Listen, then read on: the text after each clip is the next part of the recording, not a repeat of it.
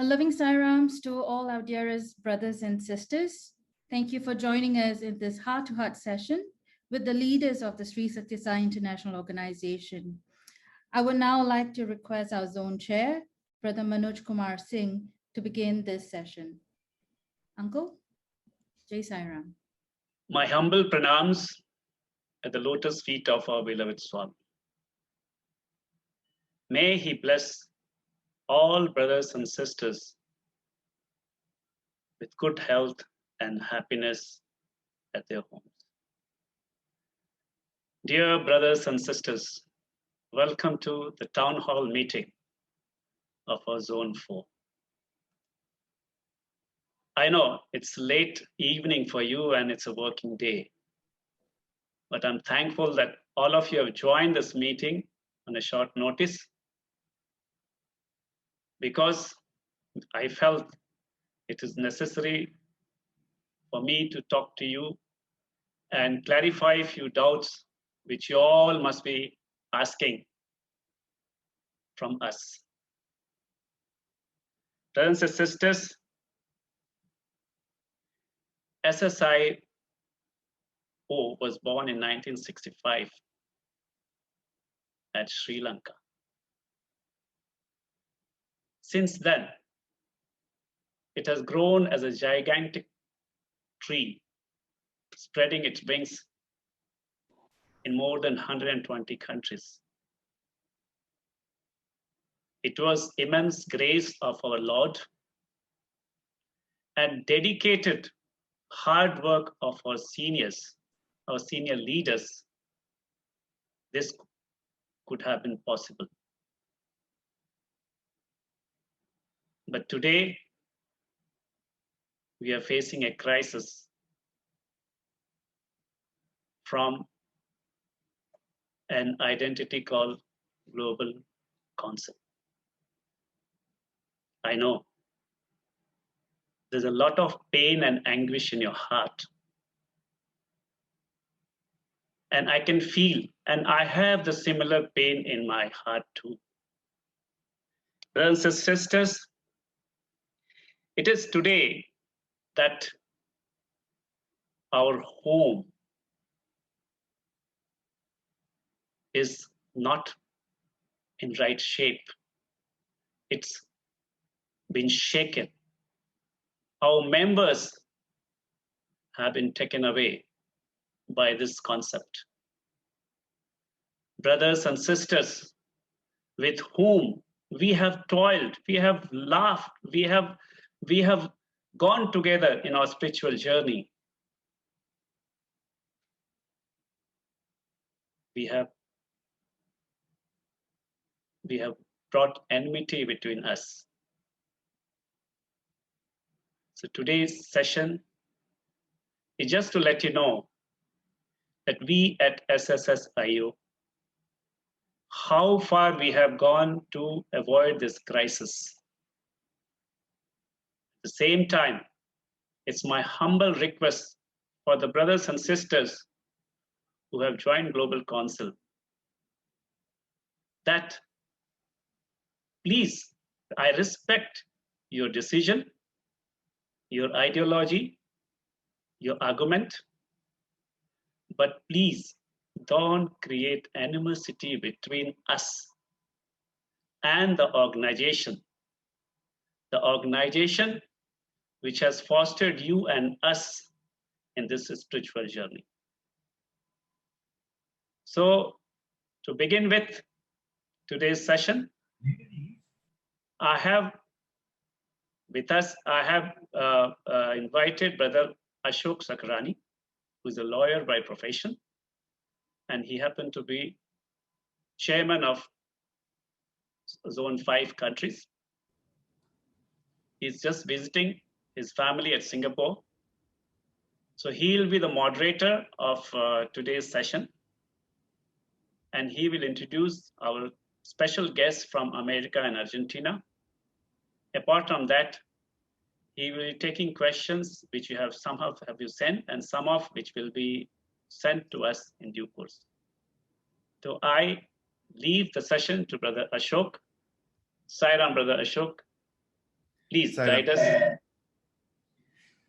I offer my most humble pranams to my beloved Bhagwan, and I pray he blesses the session so that we can all learn together and better understand each other. Sai Ram. I'm very pleased and honored to be the moderator. I'm grateful to Brother Manoj and everyone in Zone 4 for extending me this hospitality. We have some guests, and you all know them. They don't really need much of an introduction. If I could ask them to put their videos on, there's Brother Leonardo Guta from Argentina, who is a member of the Prashanti Council. There is Brother Anupam Ganguly, who's a member of the World Foundation. And then there's Brother Venkat Sadhanan, who is a member and chair of the IT subcommittee. Additionally, we have Brother Suresh Govind from Malaysia. And together with Brother Manoj, they will be our panel. And they will do their best to answer your questions. And I'm sure they will do whatever they can to throw more light on this. I've been told that, in fact, there have been many, many questions from different parts of the zone in Malaysia, outside of Malaysia. And so what we've done is try to identify some of those questions which seem to be very common and to put them to our panel, and they can answer them initially in 3 to 5 minutes. And then what we will do is go in to address the questions that you've been sending us over the last couple of days. And I like to say, I'm very grateful to everyone who sent questions, because it is only through questions that we can open our hearts to each other and create better understanding and accommodation. So to everyone who sent a question, thank you so much. So let's begin without further ado, because we have a lot of questions and I'd like to get through them as much as possible.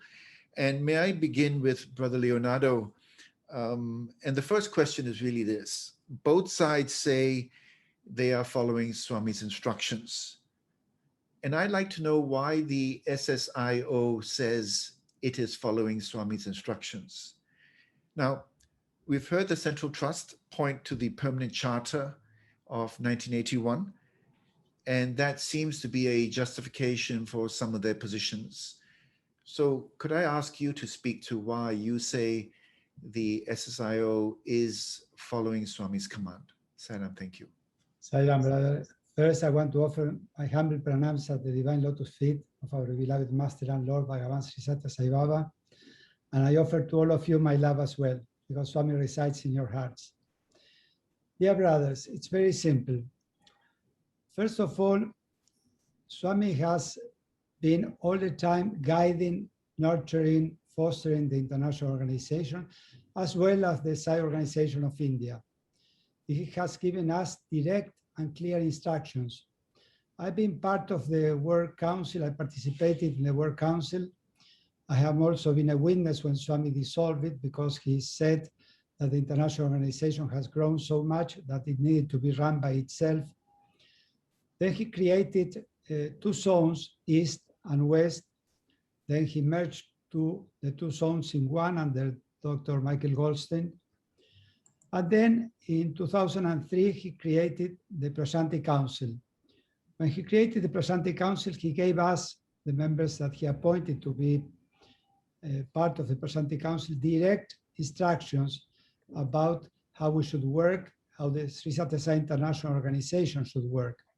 Not only I listened from his lips, the direct instructions he gave us, but also those were then translated into the guidelines that we have. When Swami then in 2006 created the World Foundation, he decided that the World Foundation should become the governing body and the Prashanti Council, the administrative body of the international organization. And he continued guiding us in each World Conference where these guidelines were updated. For example, the Sai Institutes appear and we have to include them, the guidelines. Everything was reviewed and approved by Swami. This continued to be so till November 2010, when Dr. Goldstein and Dr. Reddy presented the updated guidelines to him.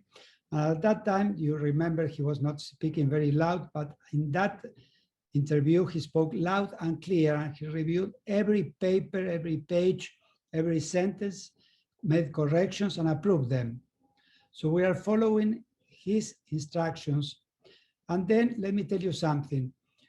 I spoke with Brother Satyajit, who told me that 2 years before Swami left his body, he announced him that he was going to leave his body, and he started to make proper arrangements. And he made modification in the Central Trust. At that time, he was a sole trustee. He created a managing council. He created several committees. The only thing that he didn't change was the Sri Satya Sai International Organization, because he felt that it was right as it were. So we are following just what the structure that he gave us. He created 3 different bodies: the Central Trust to run the ashram and the educational and health institutions, the Sri Satya Sai Organization of India to run the Sai centers in India, and the Sri Satya Sai International Organization to run the centers in overseas countries. We are following his guidelines. He never changed those instructions. That's why we cannot betray what he has directed us to do and to follow. Even that in the web page of the Central Trust, it is stated till 2013, 2014, that there are 3 different bodies, independent, each one of them. We should work in cooperation. Sometimes they say that the Charter of 1981, this was then changed by Swami. It was updated. Swami created the Prashanti Council and the World Foundation. And also you must have very clear that we have always worked in unity, in cooperation with them. We have always exchanged communication with the Organization of India, with the Central Trust. We were working very well in a smooth unity till they decided to create this global council without any of our feedback, without asking us. They tried to impose us, and we rejected that because in the concept paper that they sent us, it was completely against the instructions given by Swami, which I can later on explain why it is so different what the instructions given by Swami to us. I don't want to take more time, but I can expand on this later. Sairam. Sairam. So Leonardo, if I could just pick up one point. Therefore, the Charter of 1981, did Swami move beyond it? Did the whole organization structure evolve beyond it? Yes, of course he did. Let me tell you something that I will share with all of you. When the international organization started to grow, and Swami decided that the World Council was not enough to run it because they didn't have knowledge of our culture, our laws, our traditions, he decided that the international organization had to be run by itself. Then Dr. Goldstein and myself started to work to prepare guidelines to be presented to Swami. And I myself started the work based on the guidelines of the Charter of 1981, of another charter that India had, of another charter that the US had at that time. Then all of this was presented by Dr. Goldstein to Swami, and he reviewed and changed and approved everything. The 1981 charter was a charter for that time. Then Swami changed many things. Swami created the East and West organization, then only one organization. Then he accepted the different zones, central coordinators.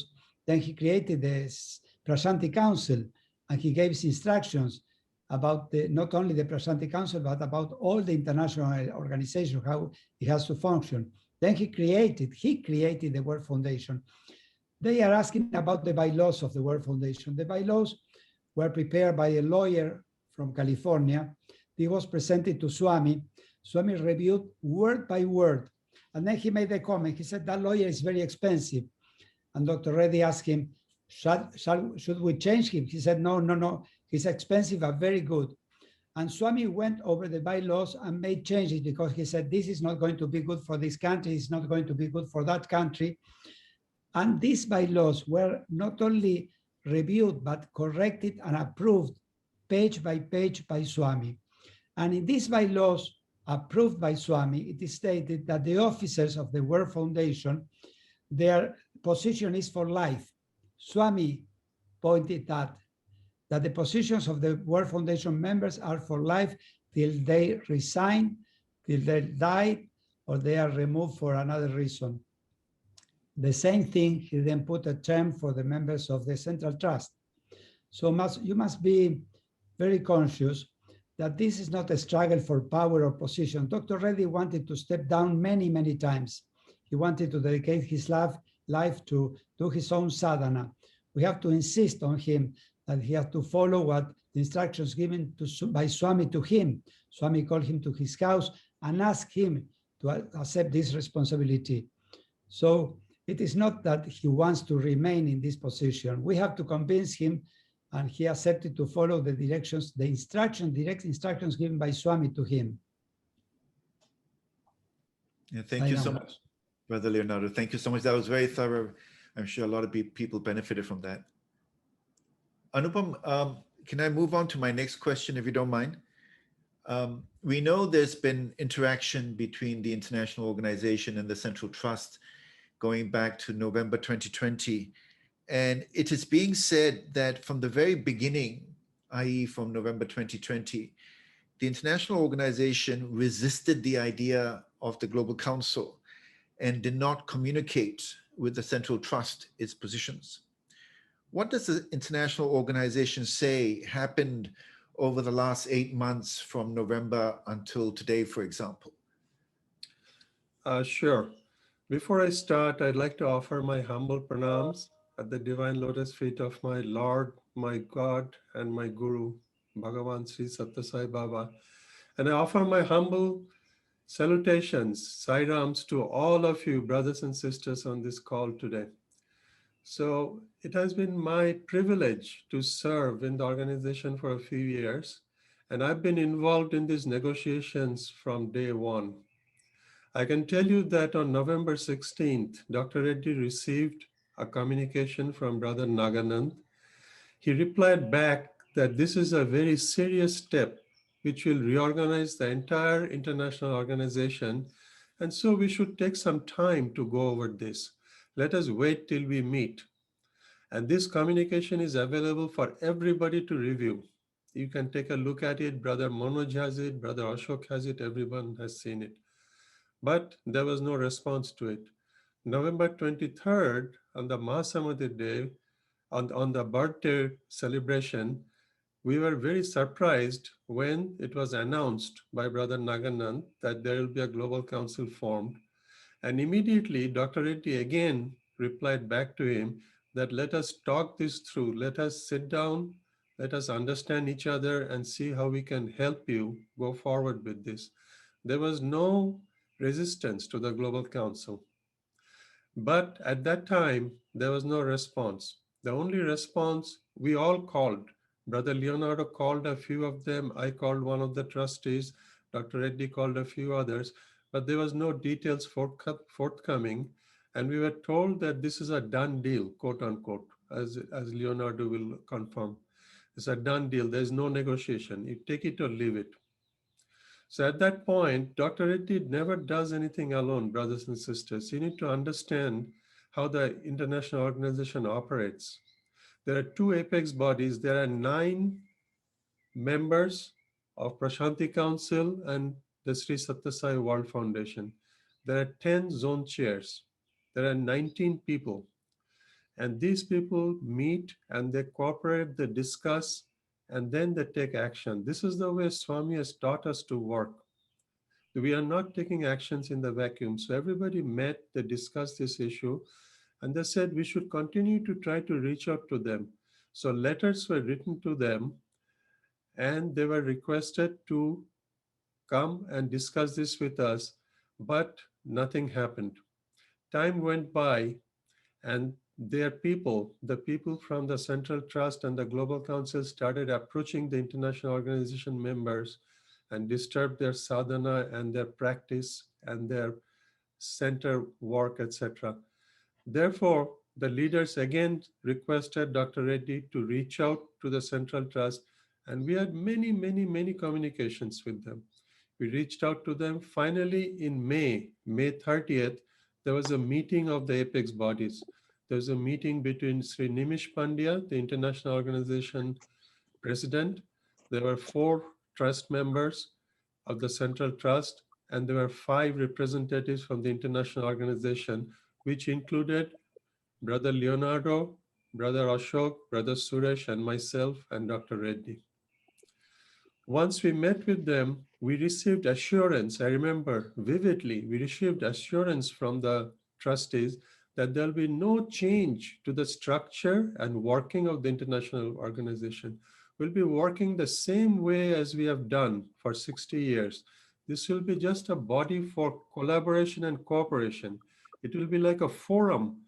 And so we said, okay, on that basis, of course, we are willing to join because we are always for unity, but unity subject to Swami's guidance and Swami's directions to us. The reason is Swami informed us way before, and he told personally, Dr. Reddy, Leonardo, and others, that follow my command, follow my directions. This is his baby. The international organization was built by him, was established by him, it was nurtured by him, it was guided by him in writing, in verbal, in words spoken, in discourses, everything. So we wanted to just follow that. There was general agreement. So we went away. There was a group formed in late May, on May 31st to be precise. Dr. Suresh Govind was involved in it. Brother Ashok was involved in it. Leonardo, Dr. Venkat Sadanand, myself. We wrote up the charter. We wrote up what is called terms of reference. In the terms of reference, we said the focus should be on Swami, on his work, on his mission, on his guidance, on how we can spread love, unity, cooperation around the world and give peace. This was his initial mission that he had announced before. So we wanted to go forward. But let's keep the structure. Let's keep the structure that Swami gave us separate.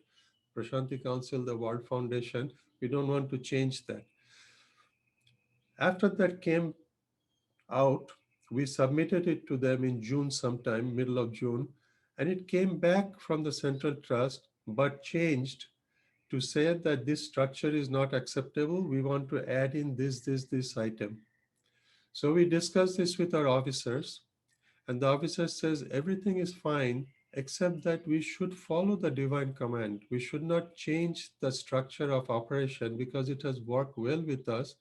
And this is Bhagavan's legacy. This is his command to us. This was the unanimous decision of the leaders. Then we talked with the central coordinators. We talked with some of the key countries, senior devotees, and they were of that opinion. So at that point, we told the Central Trust, we are willing to negotiate with you. We are willing to sit down and talk. Let us talk and see where we can go. The answer came back to Dr. Reddy, the door is closed. The answer came back that there is no more negotiation, no more phone calls. You take it or leave it. There is an email to that effect. And on that basis, we said we'll continue the international organization as we have. Since you are not allowing us to join Global Council, we'll continue. But we'll cooperate with you lovingly as always. And let us not forget that Puttaparthi is the home of our father and mother. Prashanti Nilayam is the divine abode of Swami, which is open to all devotees. On this, everybody is agreed. Even Brother Ratnakar confirmed that. And we thank him for that particular assurance that we can always go there and we can always visit Swami's home where he gave all the discourses, where he did all the leelas, where he nurtured us. So I'm sorry it took so long, but I wanted to share this with you. Brother Ashok, I would like to add two points that I think are important. First of all, when we received this communication on November 16, I called Brother Randakar, and he told me not to worry, that they were not going to do anything without our feedback, that the structure and function were going to be respected. And in that conversation, we had a couple of phone conversations. He even asked me to replace Dr. Reddy as chair of the international organization. He offered me that position. I was really surprised because why he was offering me that position. If everything was going to be respected and the functioning were going to be respected. Then I spoke to Brother Naganand, and he said, this is a done deal. So a week later, they made the announcement. So I don't understand when they tell you that they were going to wait for your feedback, and a week later, they make the announcement without waiting for anything. So this is very important for everybody to understand. We didn't resist it. We were shocked by this news of the Global Council. We were shocked because the concept paper we received was so contrary to the instructions given by Swami. The structure we have has been designed by Swami. It's not a creation of our minds. It has been not only approved, but designed by him, because he knows what is best for us. And you are all witnesses of how well it is working, how well we worked all these years, not only the last 10 years, but the last 50 years, how well the SSSIO organization grew and expanded into more than 120 countries. Then, when all this process we met on May 30th, and in that meeting, it is recorded, you may have access to that. They repeated so many times that our structure and functioning will not be disturbed, so many times. So there were two conditions. We said, okay, we will join it, but with two conditions.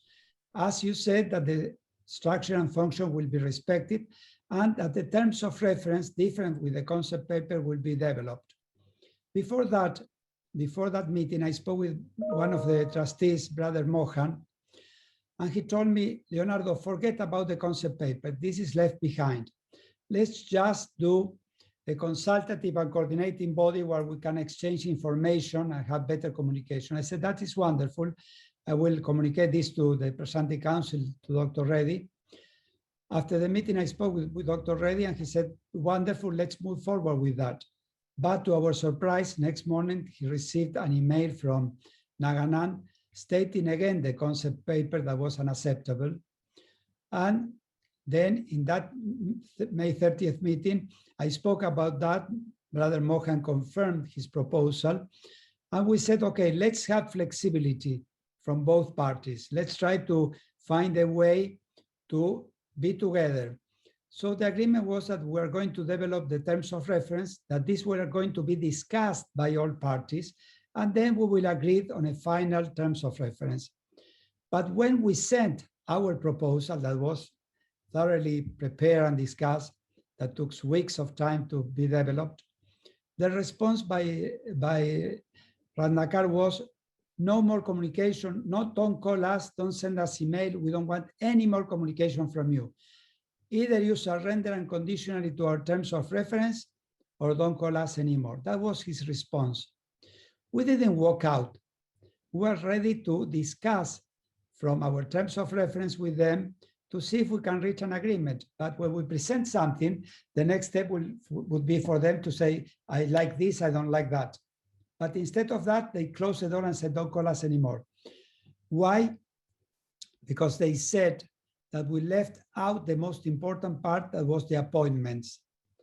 This for them was the most important part. This is the key issue of the difference we have. First of all, let me tell to all the brothers and sisters that are listening to this meeting, it is not us who walk out. It's not us that said we don't want unity. We did our best. Even Dr. Reddy sent a letter after this email from Ratnakar saying our doors are open. It is them that they only want our unconditional surrender.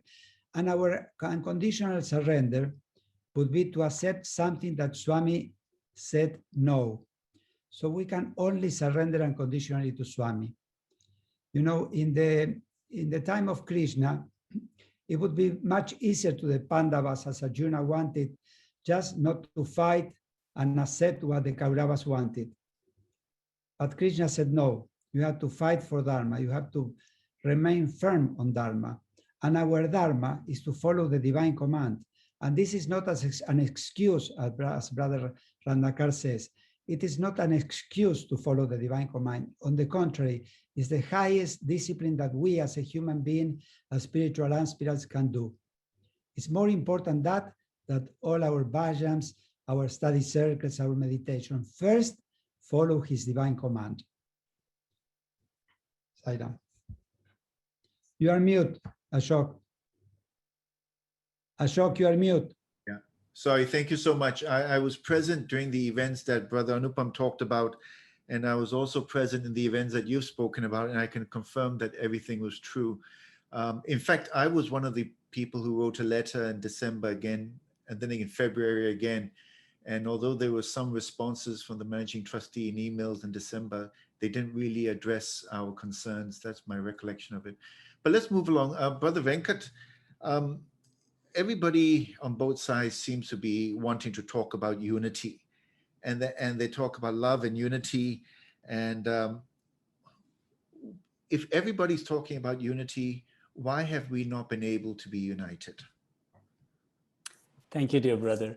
And my humble pranams to Swami, our beloved Bhagavan, and my humble pranams to the members of the current Global Council and the Sri Sathya Sai Central Trust and the Indian organization. I begin by praying for the welfare of the patients and families who are currently affected by the pandemic. And in whatever we do, let us not lose focus of those who are suffering. I was really pleased by the opening statement, the welcome statement made by Brother Manoj, that in whatever we do, let us do it with peace. And if we part ways, let us part ways with peace and respect. One of the, I'll answer the question that Brother Ashok asked, but that question has already been addressed by the speakers before me. But it's important to bring that up again. And the reason is that unity is very important. And we all must look at all around us and see who among us does not want unity, who doesn't. We all want unity. We all want unity. And I know they do just as much as we do. So that's not the issue. But why is that brought up? I'll come to that.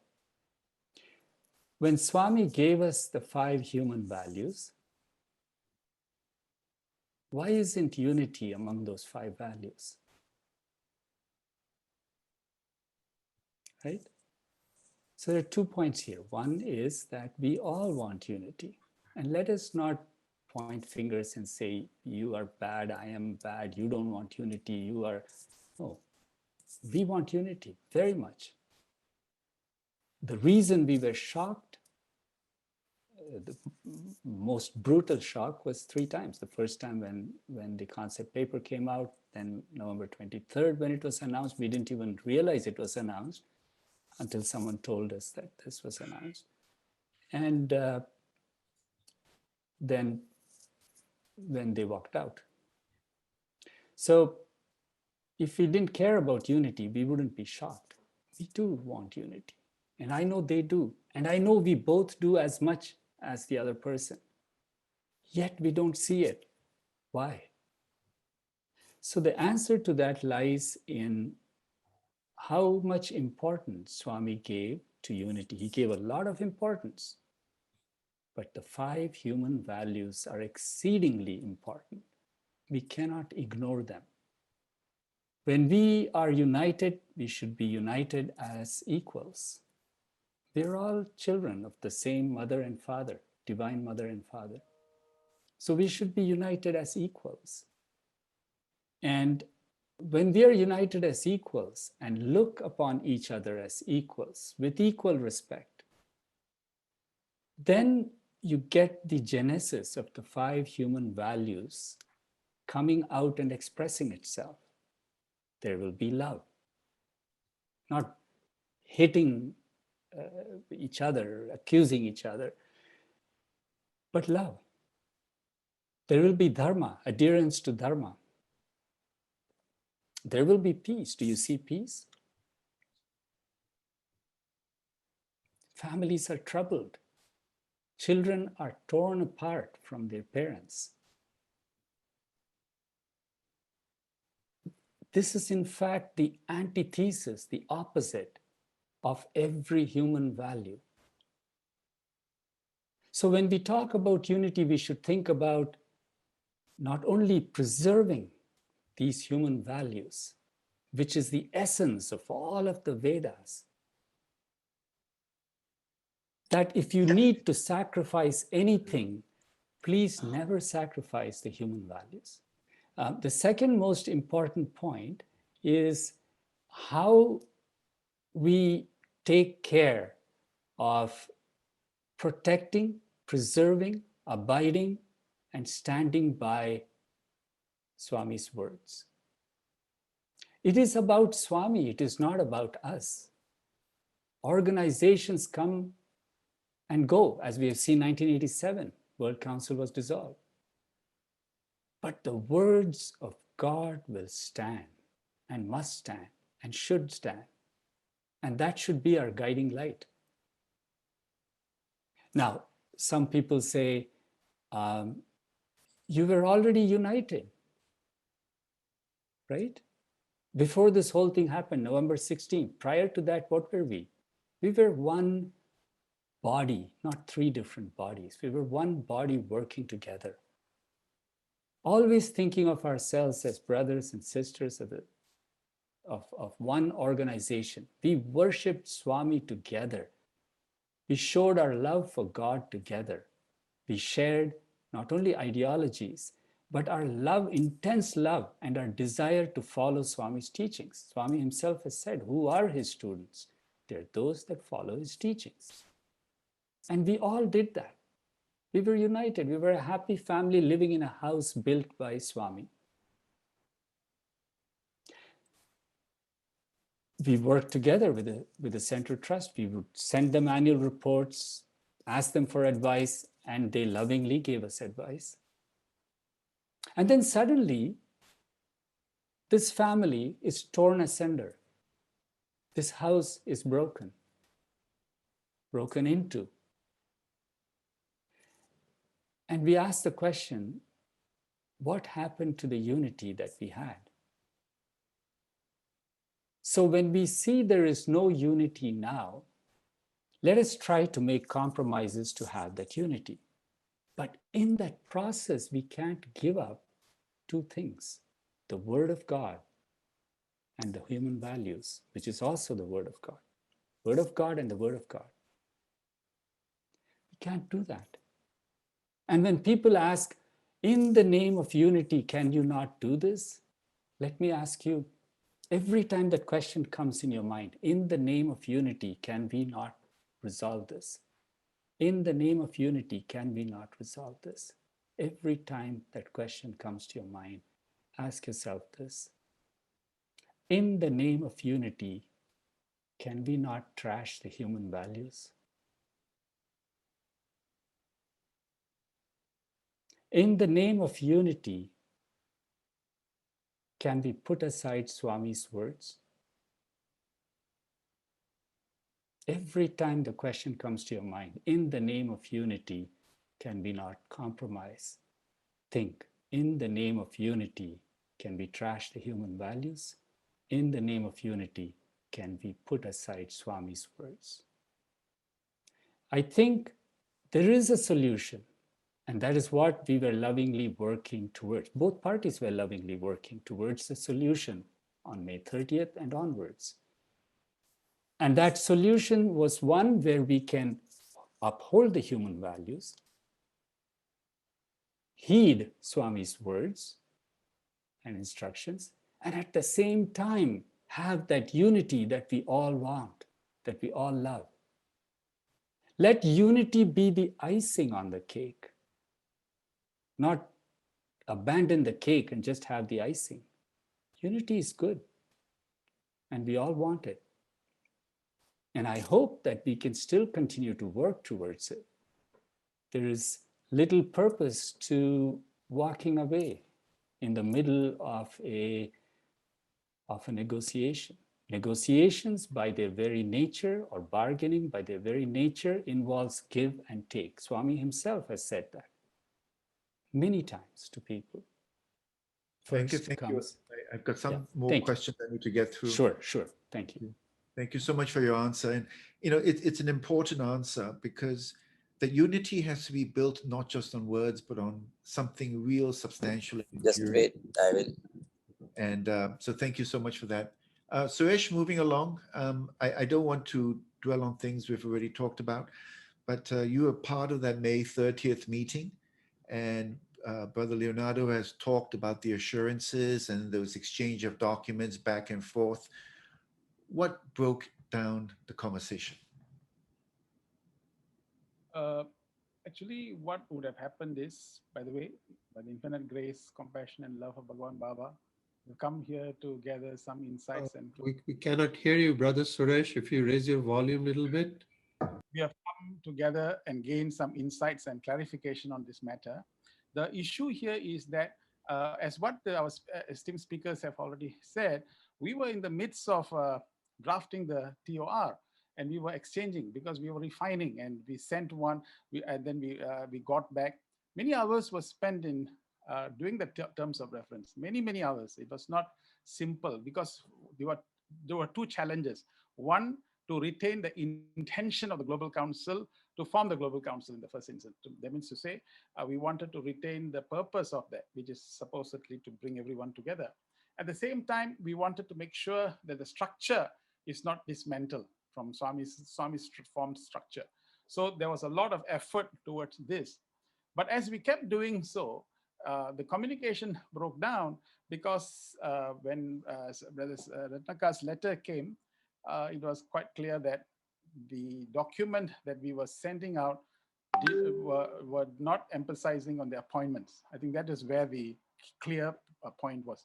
So it was very obvious that the area of concern was in the area of the appointments. And that was what that was focused back. The actual document that we sent, terms of we actually thought that could be very much accepted because it was very inclusive. Everybody was there. I don't know whether how many of them would have actually seen both the terms of references, theirs and ours. And if you put it side by side, you can see that in our terms of reference, we had it as a coordinating, collaborating body.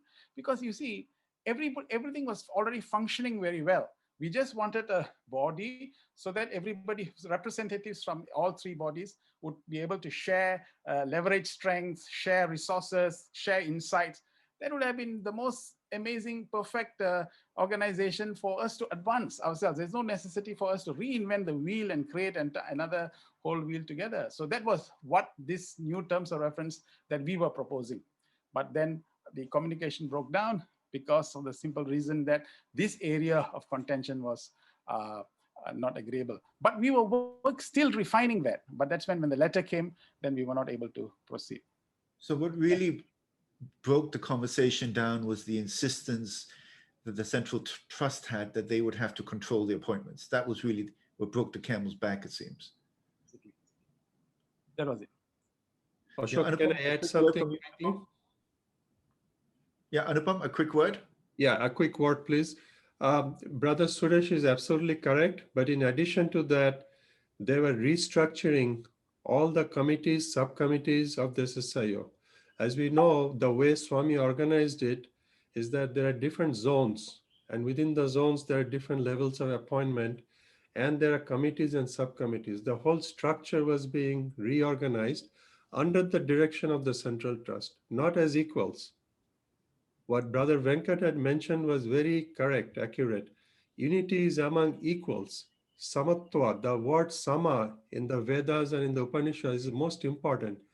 Samadhi means samadhi. Sama is equal, dhi is mindedness, equal mindedness. We treat everybody as equal. On that basis, we were structuring this TOR, these terms of reference, but the change was one in appointments, and the other one is in the organization itself. There were different levels. Yeah, thank you, Let Anupam. me add, Ashok. Leonardo, I just need to move on because there are a lot of questions I need to come to. But I think this is a key issue that everybody is confused about. And sorry, Ashok, I think it's important as we're talking about this. I think that the first part that is everybody should understand that the Central Trust is not the apex body, or it's not more important than the Organization of India or the international organization. Swami never put them over us. If he had wanted to put them over us, he would have said that, and we would have obeyed Swami implicitly and immediately. But on the contrary, he stated that the three bodies were independent. Second, why unity cannot be a change? Because the Central Trust wants power and control. Three things they wanted: to appoint the key officers, starting by the international chair, to rule over the committees should report to them, and third, they wanted to appoint any person in any position at any time, whoever they liked. So that means that if they don't like the face of a National Council president, they would change it for another person. Many devotees say, but in the terms of reference, the executive committee will appoint them where we are majority. This is not true. Don't fall into that trap. Because first of all, they want the right, the Central Trust, not the executive committee, to appoint the chairman of the international organization. And second, they have their signature. So the executive committee could recommend, but the signature is there. So they keep control. It is not that we will appoint the executive committee. The executive committee can only make recommendations, and they will have the power and the last decision to sign on our recommendation or not. So they want to keep the control when Swami didn't give them any power to do that. And they wanted to change the structure that Swami gave us, as they are doing now, replicating the international organization. When they speak about unity, instead of staying in the conversation with us, they just closed the door and started to call in every country, every center, and convincing them to move with them. And they are celebrating each center that moves with them. Is it right to celebrate the dismantling of the international organization? Is it what a Sai brother should do? To be happy with the pain of others, to dismantle what Swami has created? Sorry, Ashok. Yeah, thank you so much. That was very helpful. And I think it really gets to the crux of what we're talking about. I'd like to go into some of the questions that we've got from the chat box, Manoj, and because I think we need to hear from the public. And so I'd like to ask a question, Manoj. It says, a humble request, don't split us. If the SSIO decides to operate by its own, then the GC will have their own organization here in Malaysia. Would the SSIO or GC allow its members to have a joint event, prayer, or bhajan? Manoj? You're muted, yeah. Sir and brothers and sisters, we were part of SSSIO, those who have joined Global Council. They are our own brothers and sisters. From SSIO, there is no restrictions for joining bhajans or joining activities, unless the Global Council puts them that, no, you should do different activities. Problem is that it is more beneficial if we do with SSIO, because we have already projects lying in our coffers, and we are doing it more collectively. But if they do it more separately, then our service activities will be diluted. So from our point of view, we have no objection, people coming and joining, but yes, they should not try to convince people that you should join Global Council and all those things, because that is not correct. Because this I have seen, and this is right now going on in other places in my zone. I got report that people are calling innocent centers and devotees 2 times, 3 times, and asking that, have you joined the Global Council? Have you joined the Global Council? My contention is that when people were with us, if they were with us, why, if they want to follow something different, they are welcome. But please don't make it a issue and political thing that to gather people for their numbering. It is a political organization. It is not a political organization. It is a spiritual organization where we work voluntarily. Even if we get the numbers, it doesn't matter, because finally it is spirituality which will a deciding factor where people will go. So these numbers are not the thing which we have to order. We have to think what is the values and what is the output that a devotee will get. I think I don't want to elaborate more because we have many questions. So you can, if I have answered, please let me know. Otherwise, I can elaborate more. Thank you. Venkat, can I come to you very quickly? There's a question we received. What is the pros and cons of joining the Global Council? In a simple answer, if you will. Certainly, yeah. Thank you. I think the Global Council as an idea is wonderful, because we have a way by which we can coordinate activities with India and countries outside India. So that role of coordination is a wonderful role. The question is, how do we achieve it? So the pros of joining the Global Council, if you ask me, then I think we have to have clear concept in our mind. And this is what happened even during the joint statement. When we say, I want to join the Global Council, the question is, what is the Global Council? I want to join, for example, Bharatiya Seva Sangh. But what is that? That's important, not the term Global Council, United Council, United in Sai. Those are just words. Global Council, the soul of Global Council, the definition of Global Council is the terms of reference. That document is the Constitution. That is the Global Council. Let us accord it the respect it deserves.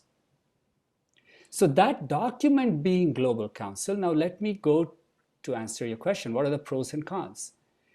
So the pros and cons of which document? There are two terms of reference. One that was put forth by the SSSIO, one that was put forth by the Central Trust. So given that the Central Trust has walked away in the middle of negotiations, I assume that the Global Council you're referring to is the one in their document. And therefore, what are the pros and cons of it? I want to be very clear in this. And when you join an organization under the terms of reference that they have, we essentially put aside Swami's words. There is no confusion in that. There is only clarity in that. And that is what we were trying to fix, to see if we can come with the terms of reference that will in fact be predicated on Swami's teachings. Foundation should be Swami's teachings, Swami's instructions to us. So the biggest con in this is leaving Swami's instructions behind. That I don't think any of us wants to. None of us wants to do that. So I think that one con is enough. It is not, we can never have any pro that will compensate for that con. And that is what we should keep in. Why is it so important to abide by Swami's words? Why is it so important to uphold the human values? Why not just have unity? Why not just join? There's so many advantages to the Global Council with the terms of reference of the Central Trust. Well, can you really let go of these two? That's the foundation of who we are. Human values is who we are. You can't go to Global Council and start doing SSE when you have violated the human values. Let me also put it another way. And Brother Leonardo just said that, I mean, it's the first time I'm hearing it, but it is just, it's absolutely true. Let us know who we are by what we do. This is a tragedy in the history of Satya Sai organizations. It is indeed a tragedy, and the world is watching. Our life is his message. Will you ever celebrate a tragedy? And I'll stop there. Thank you so much. Suresh, I'd like to come to you. There's another question from the public. It says, what do we, meaning the SSIO of Malaysia, the centers, the members, and the devotees, stand to lose by joining the Global Council? Suresh, to your fellow Malaysians. Actually, the You're on mute, question, Suresh. You're too soft. can you hear me? Yes, I can. Now I can. All right. Okay. So actually, the question should be not asked this way. It should be asked, what is there that we can do? What is it that we can gain by going against the SSSIO International Organization? I think Brother Venkat answered that before I have.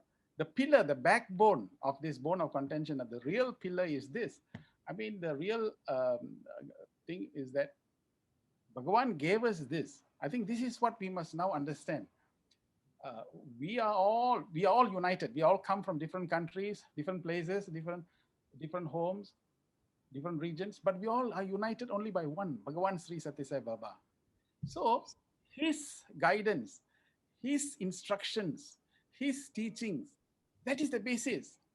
You see, if the document was not there, by the bylaws was not there, the instructions was not there, the guidance was not there, the 2003 document was not there, it's quite a different ball game altogether. But it is there. He took time and trouble to create that. He fostered the organization. Then how? So when we say we don't join this, then we are actually going against the very injunction and the very instruction of Bhagavan. Then what else is Guru Purnima? The fact is we are supposed to worship the teacher, worship the Guru, but we are not worshipping his words. So it seems to be paradoxical. It seems to be contradictory. And really, the whole essence of this is to follow, isn't it? You are supposed to follow.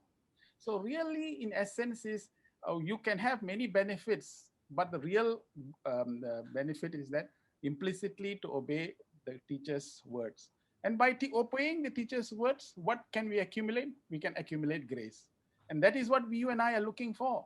Because ultimately, for the spiritual realization and for why we are here is to get the grace of divine. And if that can be conferred by implicitly obeying the teacher, I think what else are we talking about gain? So now, we can, while we philosophize this, we also must be practical also. The devotees will be seeing, oh God, you see, if I join, I will get privileges, I will get this, I will get that, I will get all these things. So this is the mind of a devotee, which is nothing wrong with that, because that's what it is. But what we are saying is that, hey guys, you're making a decision. And the decision today, you're making something that probably you can enjoy those privileges in about 1 or 2 years' time, because you cannot possibly go to India now. Why? In Malaysia, you can't even go across the gate because of the MCO and many other restrictions that we have at this point because of the pandemic. So a decision that will entitle you to get the privileges can only happen 1 or 2 years later. Then what is the big hurry that we need to do it now? Number one, that's the main thing now. That's the main contention that you have. What is a necessity? Number two, we all are hurrying for this 24th thing. What is that urgency that we need to register by this date? Hey, this is something, I mean, it doesn't make sense at all why we should hurry in this manner. So the whole thing of a devotee is that if you're going to make any decision, it should not be made upon fear, upon restlessness, upon agitation, while we are confused. Decisions should not be made.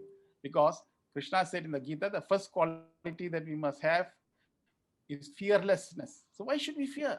So the whole point here is that the real amazing conscience that we possess is that, hey, I followed my teacher's words. I said, the teacher said, this is what he has created.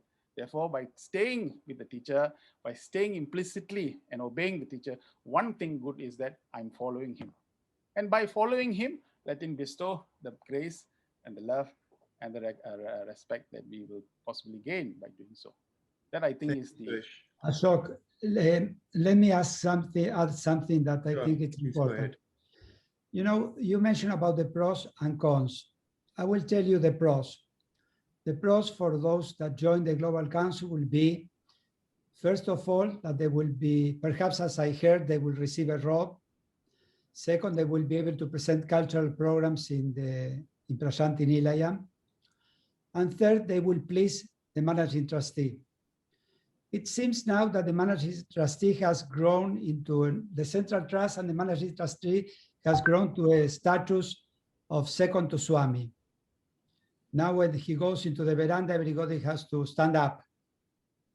When Swami came into the veranda, no one stood up.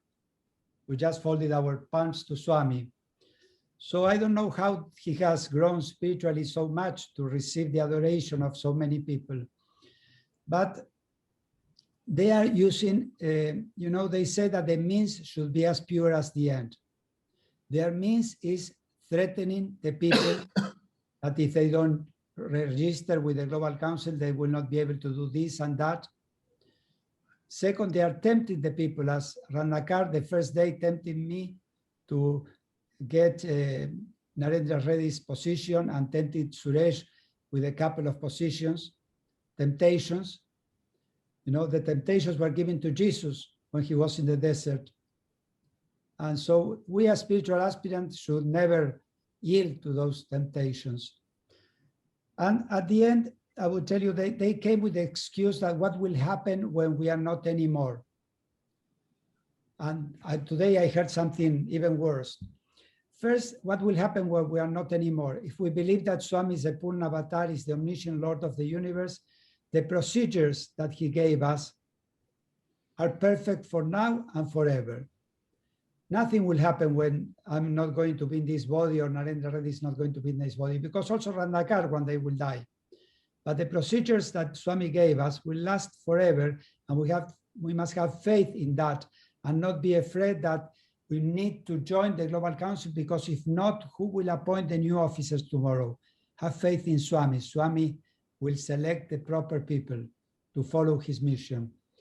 Second, they say that we must join, because if not, for 50, 60 years, the international organization has worked so well and is still working so well.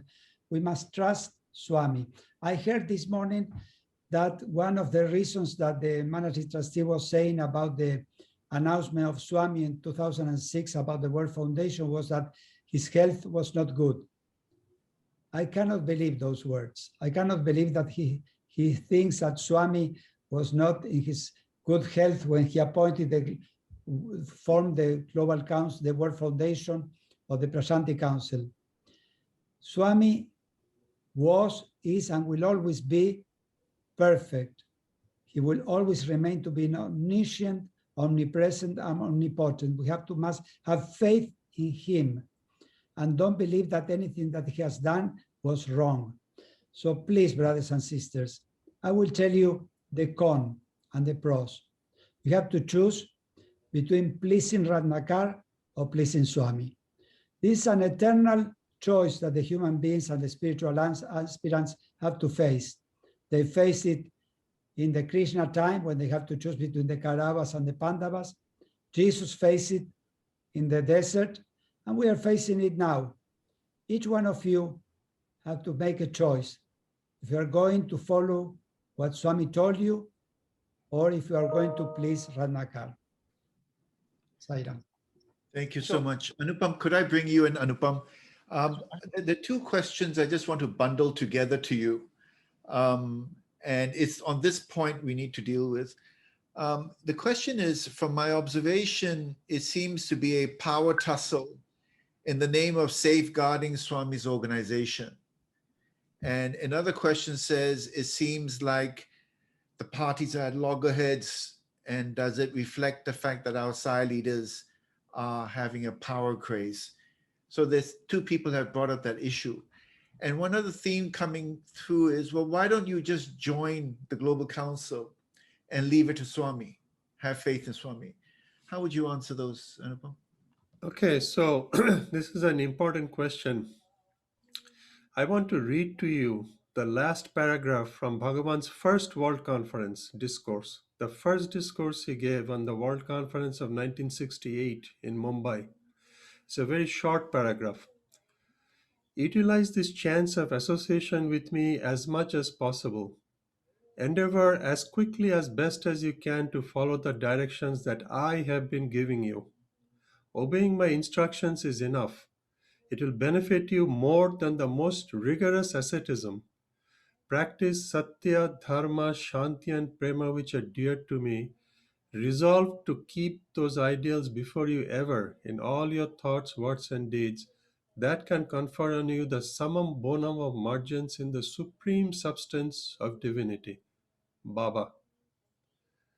We are trying to practice those words, brothers and sisters. We are trying to follow him. This is not a power struggle. Bhagavan also said later in a different discourse, the organizations named after me will last for 1,000 years. Will last for 1,000 years. They will go on with or without us.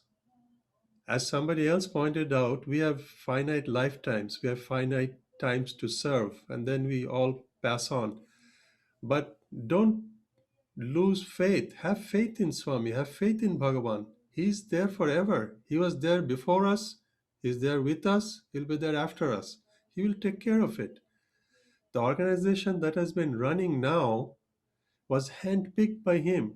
Dr. Narendranath Reddy was told by him to join the organization and lead it. Brother Leonardo was picked by him. Dr. Bill Harvey was appointed. All of these are appointed by him. Now we are changing that supposedly to a different organization, which we don't know why. We have been trying to search what is the benefit, and we have not found it yet. But we are changing it to something that is being set up by the managing trustee and some of the other trustees of the Central Trust. Keep in mind that besides Brother Ratnakar, no other trustee of the Central Trust was appointed by Swami directly.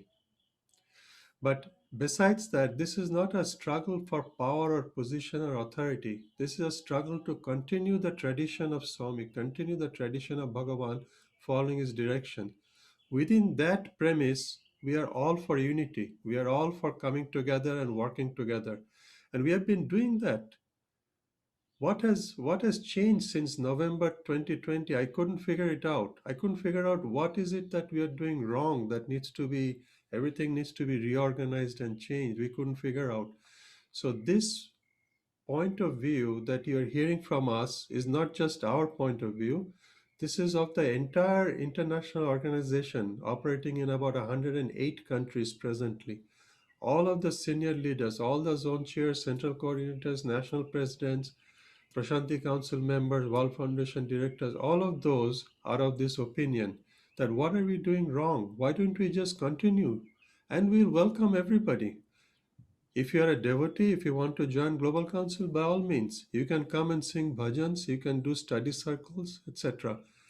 But we need to keep the structure and the function going, and it is not a power play as we see it. It is just simple obedience. If I am not needed, I am happy to step out tomorrow. No problem. I continue to serve him. Yeah, Anupam, some messages are coming up on the chat, and they seem to be asking, well, is this just a grab for power by the SSIO leaders? What do you say to them? I'd say it's the opposite, Ashok. It's a clear grab for power by the Central Trust.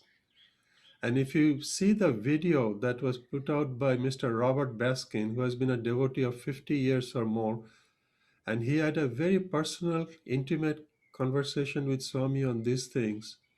Swami told him directly that I don't want the Central Trust to supervise the international organization. It is recorded in there. He told him that I want the three to perform separately. Let's think about it. Why would he not have put the Central Trust in charge? And why did this not happen over the last 10 years if it was his will? Everything happens by his will. Why was it not done? So these are the things that people are worrying about, that this is a power grab on their side to dismantle what was started by the Lord of the universe. We're not talking about a teacher, about a leader. We're talking about a Lord of the universe. It's a rare chance for us to come in contact with the avatar, and even a much rarer chance to serve in his organization and be a devotee of him. And that is what is at stake here. Thank you so much. Brother Manoj, if I could go back to a question from the public. If we know the the Central Trust has walked away from the negotiations, and it seems quite clear that they are intent on moving forward regardless, what will happen to the countries that remain in the SSIO? Give us a glimpse of that. And Leonardo, I'll come to you after that. You're on mute. As Brother Anupam said, we are in 108 countries we are operating right now. Apart from the few, we had 120 where a few have joined Global Council in totality. But let me tell you, brother, that even there is a one center SSIO will run. Of course, there have been cases in UK that the Central Council joined in totality to Global Council, but they didn't talk to the devotees and centers. And it so happened that people got upset. And today we have a organization standing just within 1 week, and there are many centers joining. So it is not that the Global Council people it is because what is happening, the long propaganda is being spread every time, every day. And so to create panic in our devotees, like there was a message once that 60% of Canada has joined, but it was there that only 7 or 8 centers have joined. There are 42 centers in Canada. Recently, there was a message that Australia has joined 60%, South Africa has joined. The thing is that these are the messages which is reaching to the devotees, so they think that they have to rush and they have to join this Global Council, but it is not. And like there was a strange happening that a school joined the Global Council.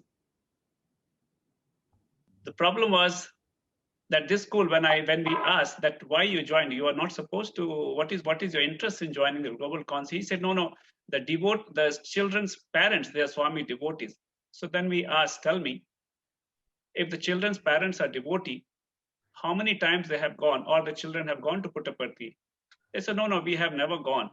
I said, then how does it matter if you don't go to Puttaparthi that you have to join Global Council? So idea is that it's only few people who are trying to create a panic amongst devotees to join. But actually the fact on the reality is that 80 to 90% devotees, they are for SSIO, and I don't think there will be any change in their views with remaining with SSIO. Sairam, brother. Thank you. Leonardo, you wanted to say something, and then I'll come to you, Suresh, right after Leonardo wanted to add something. Yes, I want to say something because this word power is coming all the time, that as if the SSIO is after power. We are not after power at all. We are living our life, as Swami said, tranquil and following Swami's teachings and growing in our activities. We never tried to take over the Central Trust, or we never interfere with the Indian organization. On the contrary, it is them who wants to take over us. So the ones that have a question with power is a Central Trust, not the international organization. We don't want to appoint the members of the Central Trust. We don't want to dismantle the Central Trust of the International Organization of India. So why suddenly they're trying to take over us? It's a hostile takeover. And they say that all of this is happening because Dr. Reddy doesn't want to leave his position. Dr. Reddy wants to leave his position all the time, but we are telling him, and he remembers Swami's words when he invited him to his house to have lunch, and Swami asked him. He was very happy as a Sai devotee doing his sadhana. And Swami said, no, you must accept this responsibility and work in the international organization. This was Swami's command to him. And now he wants to follow the divine command given by him. According to the bylaws, as I said before, the positions of the members of the World Foundation or Prashanti Council are for life. Only can be removed if they resigned or removed by the majority of the members of the Prashanti Council of the World Foundation. We don't have any problem with power or position. We're doing this out of our love for Swami, trying to do our service to him. We have meetings every day, 3 to 4 hours twice a day, working in the activities for the SSSIO organization. So it is not that we want power. We don't want power at all. We just want to serve Swami and follow his instructions. These questions must be asked to the managing trustee and 2 more members of the Central Trust, because only those people are creating all this problem. Why do they want power? Why, when Swami never told them to be over the international organization or even over the Indian organization, suddenly they want to be over and they want to be the apex body and rule everything? What is happening to them? Thank you so much, Father Leonardo. Suresh? So I'm sorry, this is not, this is a little bit out of the norm. We received a question, Ashok. Yeah. And I didn't have time to send it because this came in a bit late. So I'm going to ask the question: why is SSSIO misinterpreting the organizational structure to make innocent devotees believe that the Central Trust is controlling and supervising SSSIO? In fact, supervision is by the Executive Committee of the Global Council, where international representatives will comprise about 22 members, while the Central Trust will only comprise of 4 members, like 3 + 1. So what's the big deal? I mean, why do we do this? That's a question that is being asked. Maybe I would like, maybe Ashok, I'm sorry, because you have the legal background and, you know, so maybe you want to answer this question. Supposed to be asking the questions.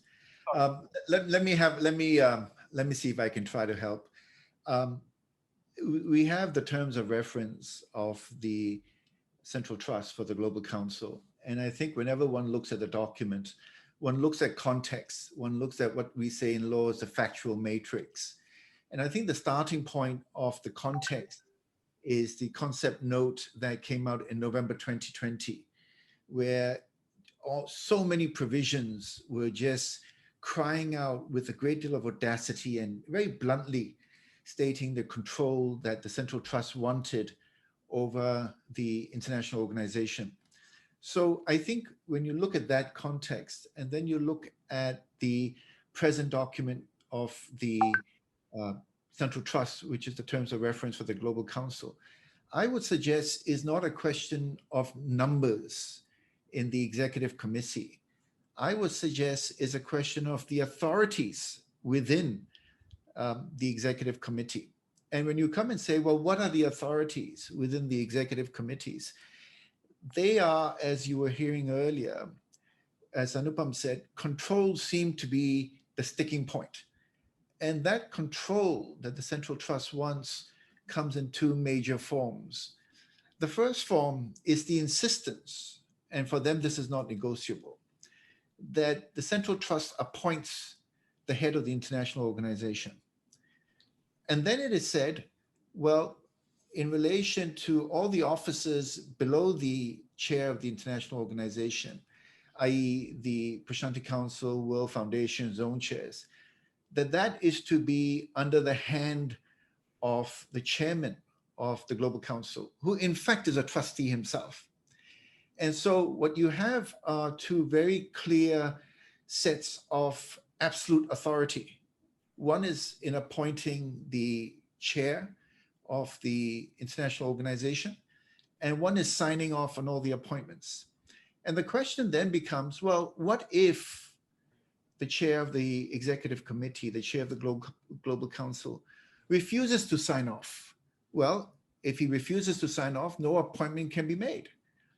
And so the question then really is, why in these terms of reference are they so insistent upon controlling appointments? Now, I've heard it said, well, they don't really mean to control it, that the recommendation will be made by the executive committee, and that the chair of the Global Council will simply sign off. Is a matter of formality.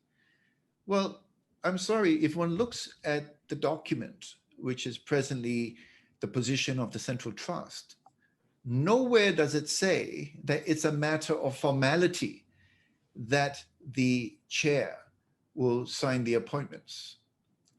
And so my question is this, and I really turn it on its head. If the Central Trust is being genuine, if they say it is a pure formality, well, then I would say, well, why don't you keep to your initial assurance you gave us in the joint meeting, which is that structure and functions will not change? Why don't you allow us to make our own appointments?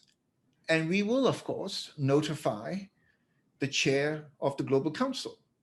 Now, that seems to be a lot more equitable, because that is what Swami created. That is the assurance that they gave us, and that notification is given to the chair. So what I'm saying is, if they were really genuine, they would accept that. But we know the conversation has broken down because of their insistence on control. And then the question is asked, as Leonardo asked it earlier, well, why do you want so much control? And what is the purpose of it? And I think, with great respect, it would be very naive to say that although they have in their written documents, both in November 2020 and their latest terms of reference, insisted upon controls over appointments, that is not there for a very specific reason. And I think that is what the concern is. I hope that gives you as good an answer as and satisfies you, Sarah. Thank you, Ashok. I think only that. The ball is at your court again. Okay, let me go back then. Let me go back. And Venkat, can I just bring you in? There's a question we received which says, the SSIO seems very hung up regarding the supervisory role of the Global Council. And based on the terms of reference, the SSIO chairman is the vice chair of the Global Council. Shouldn't the supervisory function be a natural consequence? What's the problem? That's the question for you. Okay.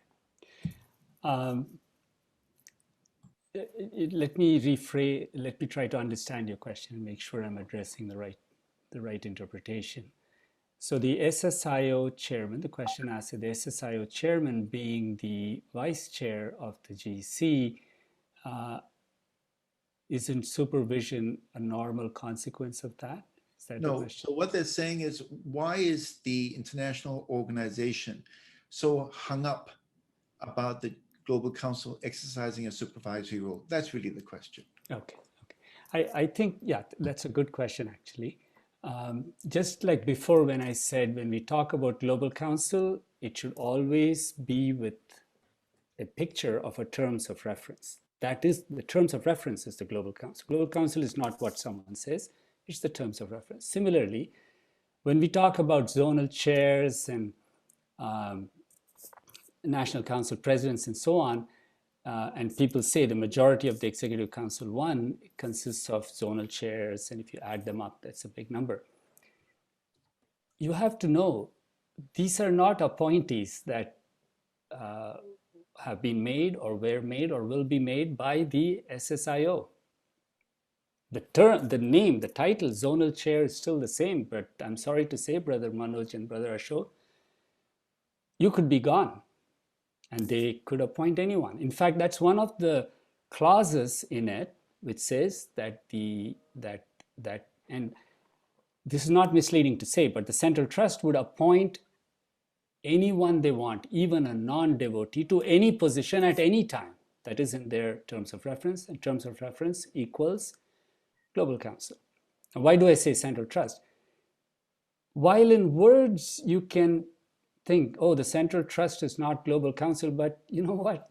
The chairman of the Global Council is a trustee, as you said, who reports to the managing trustee. The definition of managing trustee is that they report to him.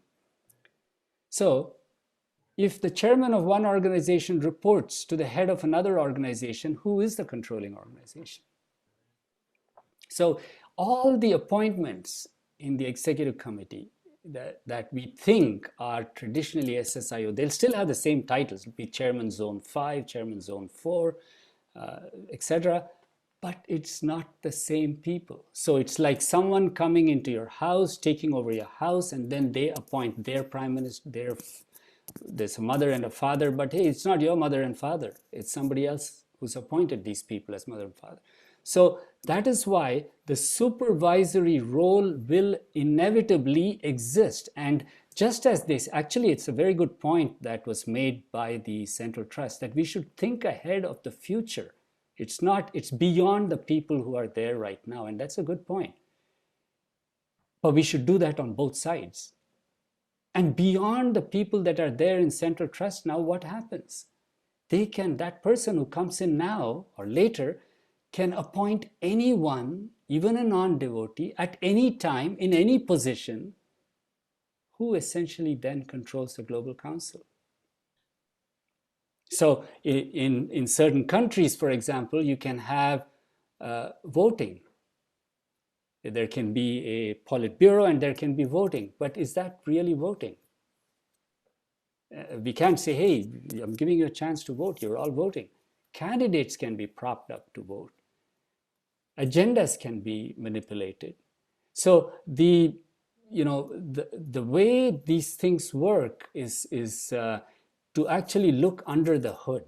And there are people who have mentioned this a lot. In fact, that is one of the reasons the United Nations Security Council has unanimity in their voting, which gives everybody a veto power. Why? They can go with majority rule. So there is a reason. In fact, there are 2 Nobel Prizes that were given out, Kenneth Arrow and Amartya Sen, who showed how voting mechanisms can alter outcomes. And I can change what the outcomes are based on the voting mechanism and the agenda I present to the committee. So all this, there's a lot under the hood. There's a lot under the hood. And all I'm saying is that we need to discuss this. We can't just walk away. We can't just say, that's it, I'm taking my toys and walking away. No, let's talk. We met so that we could talk. We reached out to them so that we can have a conversation. A conversation is two-way. So the short answer for your question, supervisory role will come about, and it is there. The constitution of this organization called the Global Council is one where the chairman is reporting to the Central Trust, and furthermore, the appointments are all made, other than the few select appointments that Swami has made. The rest will all be by the Central Trust or the Global Council. So, and that's where the supervisory role comes in. Yeah, so I guess what you're saying is that by controlling the appointments, they control how the executive committee works. Correct. Yeah. And the outcomes of decisions in the executive committee. Absolutely. Can I move along? Brother Leonardo, if I could come to you, and it's a simple point. I think you've touched on it, where the question from the member of the public is, the managing trustee says that in the charter, it is written that Swami mentioned in the early years, all activities will have to be reported to the central trustee who is controlling. And that at the time, Swami was a sole trustee before Mahasamadhi. Is it true that Swami said the charter that way? No, it is not. At the beginning, there was a small office in Prasanthi Nilayam with 3 members. One of them was Narendra Reddy's father. And we had to send reports to that office, not to the Central Trust, just to that office that Swami created. Then when Swami created the Prasanthi Council and the World Foundation, we didn't have to report to anyone but to him. So that's why Dr. Reddy and Dr. Goldstein had so many meetings with Swami, and also the members of the Prasanthi Council presenting the reports to him.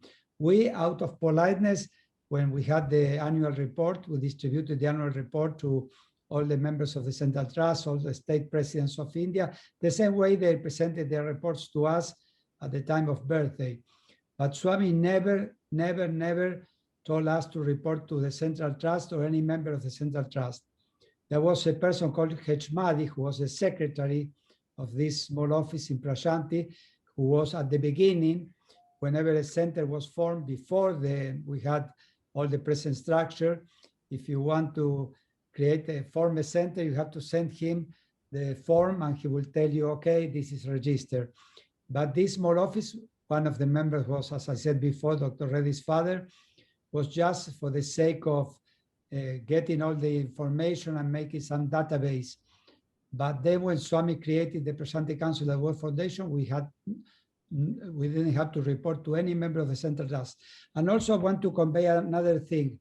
It is said that the Central Trust appointed Dr. Reddy. This is another lie. They didn't appoint Dr. Reddy.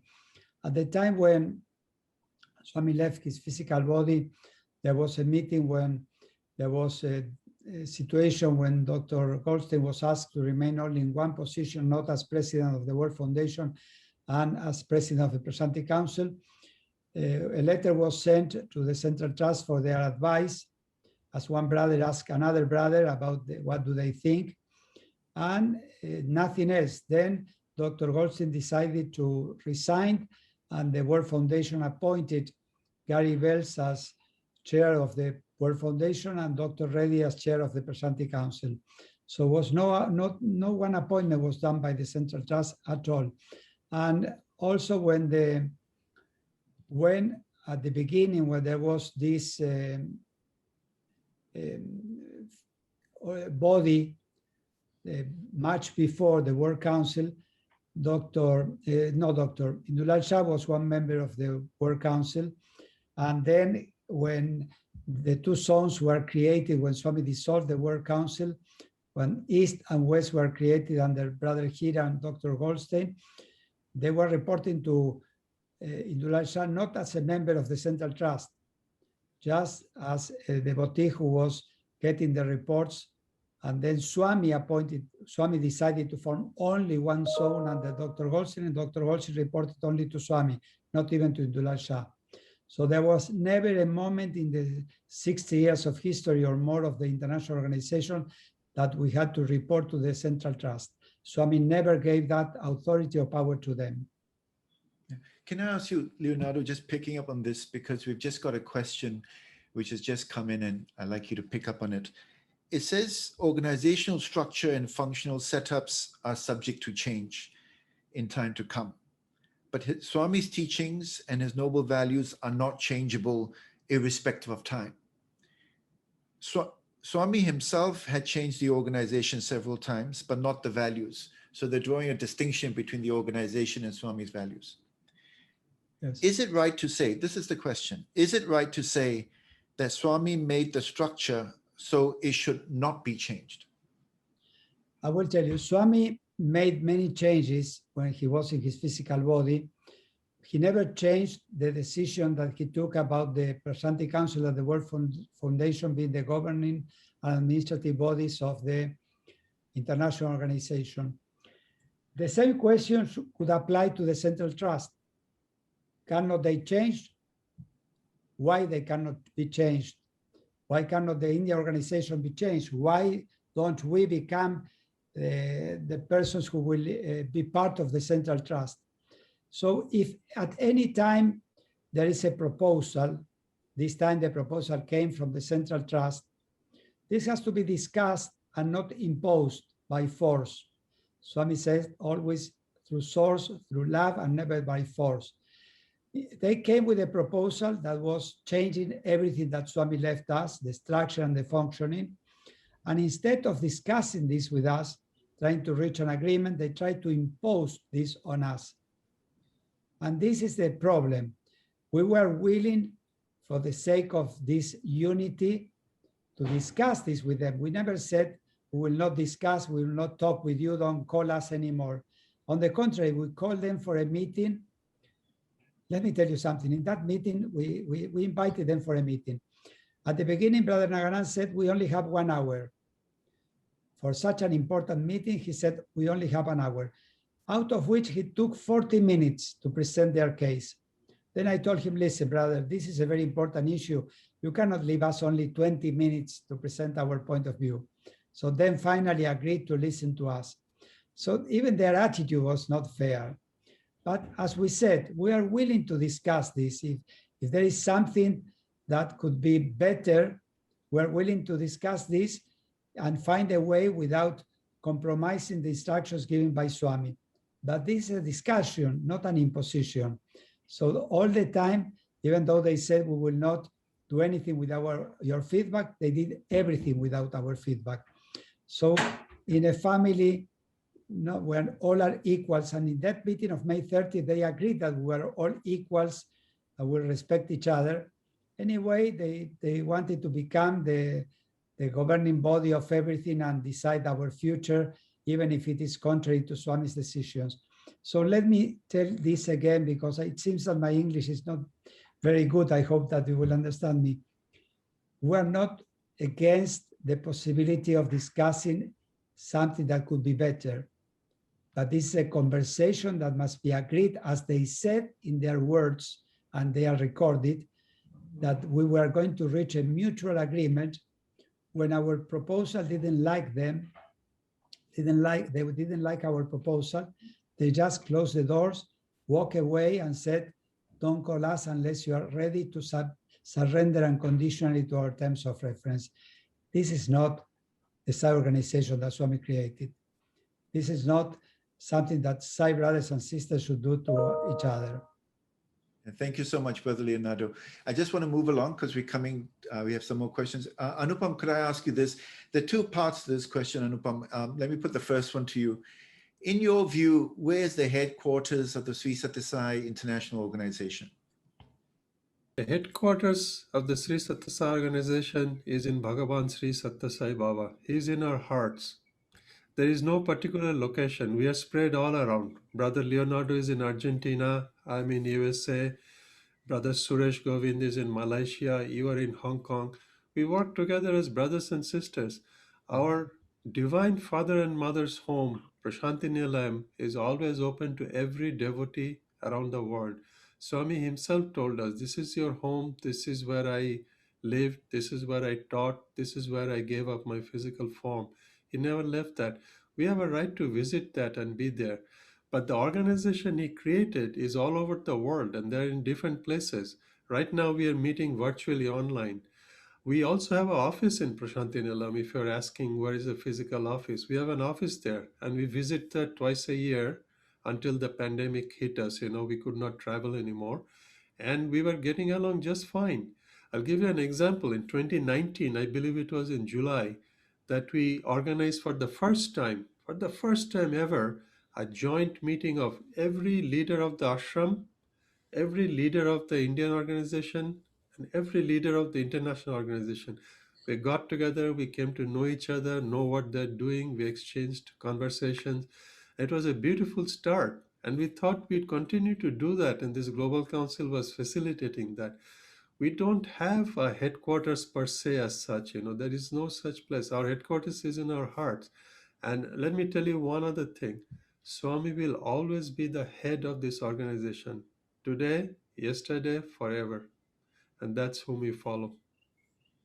Yeah, thank you so much. The second part of my question, there's some messages coming on our chat, and I'm very grateful for that. And one of the points that seem to be that they're making is that, well, a lot of things are being said about the interpretation of things, about events. Are there documents to prove what the SSIO is saying in relation to the history of these events and communications? Anupam? Yes, we do. I'll tell you categorically that we have a terms of reference, a charter. We have not yet seen a charter from the Central Trust. We'd like to see that. We have our procedures laid out in there, how the appointments are made and how the terms are established. And under that, we have guidelines. We have not yet seen the guidelines from the Central Trust. And under that, we have operating manuals for the Sathya Sai centers and groups. We have all this. Also, it is important for me to mention that what Brother Leonardo said, that in 2011, Dr. Goldstein resigned and he kept his position in the Prashantika. He resigned as the chairman of the World Foundation and they appointed him. That is recorded. The minutes are there. In 2012, he further resigned from the Prashanti Council and the members of Prashanti Council elected Dr. Reddy as the chairman. It is recorded. All these are on record. And our charter is available. Our guidelines are on our website, satyasai.org. The events that Brother Leonardo mentioned have been corroborated by different people. For example, if you listen to the video interview with the friendly chat with senior leaders. If you listen to the interview with Brother Robert Baskin, who has been a devotee since the 1960s, you will see that all of these collaborations have been there. Also, as Leonardo mentioned, we have talked separately with Brother Satyajit Salyan, who was the caretaker of Swami for many, many years. And he has also confirmed some of these things that Swami mentioned. And the actions speak louder. Swami's actions were always very clear and transparent. He never hid anything. And if you follow along, then you know that what he's doing, in his infinite wisdom and his infinite grace, is the best for his children. We're all his children here. So, I think we just continue the good work, Ashok. That's my Yeah, suggestion to thank you so everyone. much. And could I just ask Brother Leonardo very quickly? I just got a message on the chat. Does the Central Trust know that the current SSIO leadership is guided and molded by Bhagwan himself? Does the trust know that Bhagwan set up the international organization? That's a question. Of course they know. They know it very well. Ratnakar was serving food to Dr. Reddy and Dr. Goldstein when they met in Swami's house, and they were having lunch or dinner with Swami, and Swami gave them instructions. They know very well, and they have no need. You know, there is a video of Chakrabarti stating that the Central Trust has no business with any place outside India. They know very well that. That's why I'm very surprised why they don't pay attention and they don't respect the structure and function that Swami left us. But, in words, they said that they were going to do that, but it seems that their words and actions are not in alliance. Anyway, they for sure know it. And why they don't respect that is beyond my understanding. Thank you so much.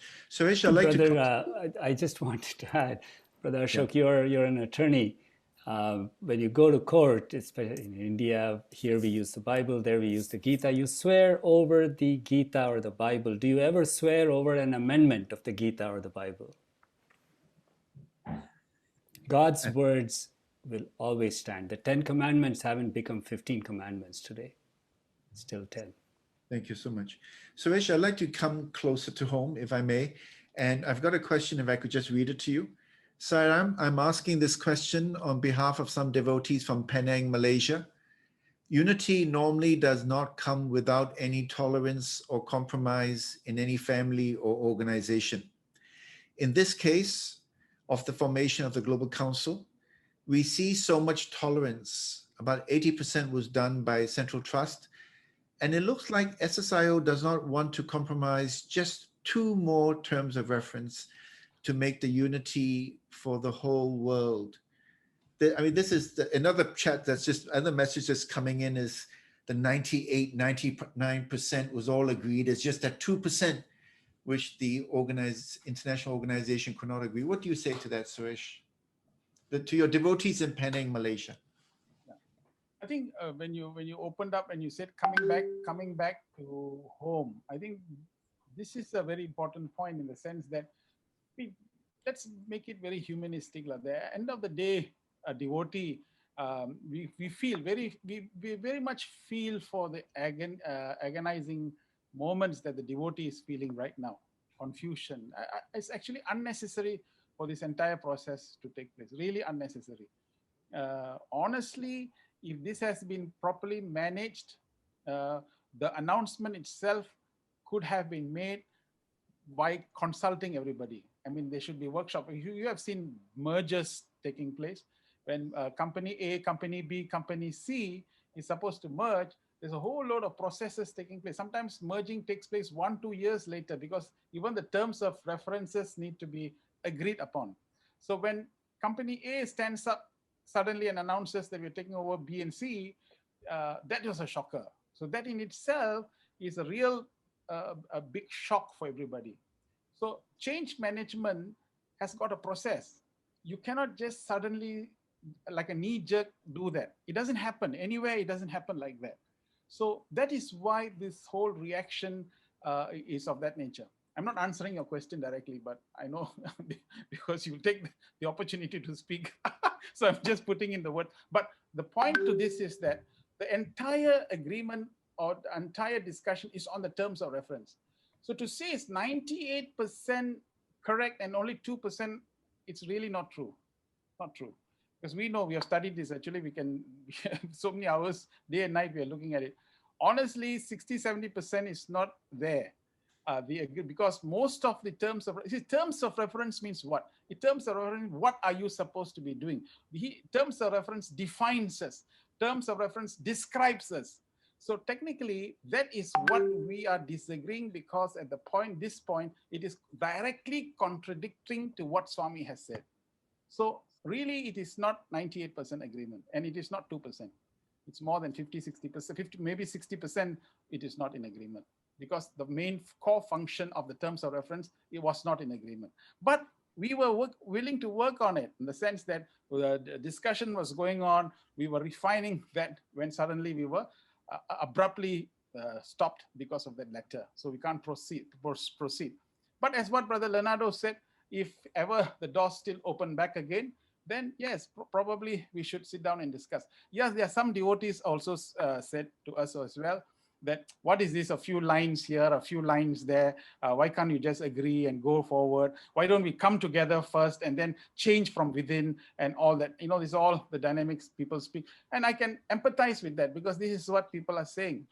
But really speaking, when we don't have the fundamentals right, there will be a lot of confusion in the future, because expectations are not matched. And this mismatch in expectations is going to cause a lot of organizational chaos. And dear brothers and sisters, one must understand, an organization is governed by leaders. And don't forget, in our place, wherever in all our countries, so far, have you ever seen international organization interfering in any local organization selection process? We ourselves have been leaders in Malaysia. The international organization never interfered in our local selection process. Everyone went through ranks and file until you reach a certain position. So you cannot just pluck people from different positions and put them there. That's not how it works. So A, there has to be a governance. B, there has to be a systematic structure in order for the culture of the organization to be well placed. And C, this has been a 50-year process, and we cannot trivialize our contribution towards developing the structure and processes. So if we just marginalize that and move over, the entire organization can crumble. So we cannot just say, oh, Swami will take care, Swami will take care. Yes, Swami will take care, but Swami also told us to have sufficient intelligence to see what is right, what is wrong, do the right things, and do so. So this is what the terms of reference is. So it is not really true that 98% is agreeable. It is not right. Brother Ashok, I just want to clarify. This percentage counting really doesn't make sense to me. And I'll tell you why. Okay, they're not equally weighted. Okay, so for example, I tell you, Ashok, I want you to, let's share our properties, and you give me this. You know, we agree on 99% of everything, right? And then last thing I tell you, can you cut out your heart and give it to me? And then I tell everyone, look, 99% we agreed, there's one thing he doesn't want to give it to me. Just one thing. For the sake of unity, cut out your heart and give it to me. You simply don't exist anymore at that point. So the various items in the terms of reference don't have equal weight. We should always keep that in mind. The weight given to Swami's words is the highest. Let every question that is being asked in our minds, and this will help us all get clarity, every question that is being asked in our minds be prefaced by this. Will this question that I'm about to ask preserve Swami's words? And now tell me, why can we not compromise? Every question. So preserving Swami's words is the only reason. It's not, the reason is not, why can I not wear a red shirt and come and see you in your house? No, that's not the issue. Issue is Swami's words. And I really think that's what, if you think about 1987, the World Council was not dissolved and the terms of references changed by individuals. It was Swami. It was never the case that individuals got, hey, let's change this, let's dissolve the World Council. No, Swami dissolved it. And Swami set up this organization. He gave us the 10 commandments. It's just like God gave to Moses. Can generations ever say later on that these 10 commandments are useless? That they don't bear weight anymore because times have changed? God knows that. He's omniscient. God knows that these 10 commandments will withstand the test of time. He's not just... I guess that's why all our scriptures survive thousands and thousands of years old. Exactly. That's why they're called scriptures. By definition, scriptures are those that will stand the test of time. Otherwise, it is non-fiction or fiction. Anupam? Ashok, there's one point I wanted to make very quickly, which is back to your old question, tolerance. Okay, so this is the point of view of many devotees and officers from South America, North America, Europe. And I wanted to put that on record because we have many countries there. They were asking the question the other way around. Tolerance, we, SSIO, the international organization in more than 100 countries, has shown 80% of the tolerance. Not 20%, 80% of the tolerance. Why? Because we were running along according to Swami's guidance and his instructions and what he set up perfectly well. It was acknowledged throughout the world. In fact, trust members, trustees have complimented us in public. You can go back to their talks and speeches before that this organization is working nicely around the world. We are serving devotees. We are enhancing our operations. We are serving everybody, etc. So why are we being asked to drop that and go to something which is unknown, untested, unverified, and set up by man? Why are we doing this? We said, relax, calm down. Let's practice tolerance, sahana. Let's practice more understanding. Swami says, wherever there is a conflict, and these are in his discourses, first understand, then adjust. You cannot adjust without understanding. And that understanding, brothers and sisters, is based on love and peace in your heart. It is not based on graph or power, etc. It's based on love and peace. Let us understand each other. That understanding process got cut off. So where is the tolerance? You need to ask yourself this question. Don't listen to rhetoric. Don't listen to people talking. Ask yourself these questions, look at the facts, and draw your own conclusion. Thank you. Leonardo, very quickly, and then I'd like to move along. Okay, yes, no, Anupam has said that perfectly well. We were following Swami's procedures and instructions, and this organization was working very well in 119 countries. This worked. Now we have only 108 countries. So they have split part of the organization. Why? Why they want, Suresh mentions all the time, why do you try to fix something that is working well? So we have a proof that the international organization is working very well. Why they are trying to fix it? It's better than they fix themselves first. Yeah, thank you so much. I wanted to go to Brother Sugu, who's been waiting very patiently there, because there's another question from Penang, Malaysia, which deserves a reply. But then I saw on the chat box, a young adult made a post, which I think deserves our attention too. So with your permission, may I go to Brother Manoj and read to you what this young adult has said, and would you please engage it? This is from a young adult of Malaysia. Have all of you SSIO leaders spoken to the common devotee? You have town halls to tell us what you feel and believe. But have you wondered how we feel? We have lost all respect for leaders, both from the SSIO and Global Council, for this disunity that is being created. We would have loved to see you come and tell us. Manoj, this young adult is saying, have you talked to the devotees? Yes, there's a chain of communication which happens in SSIO.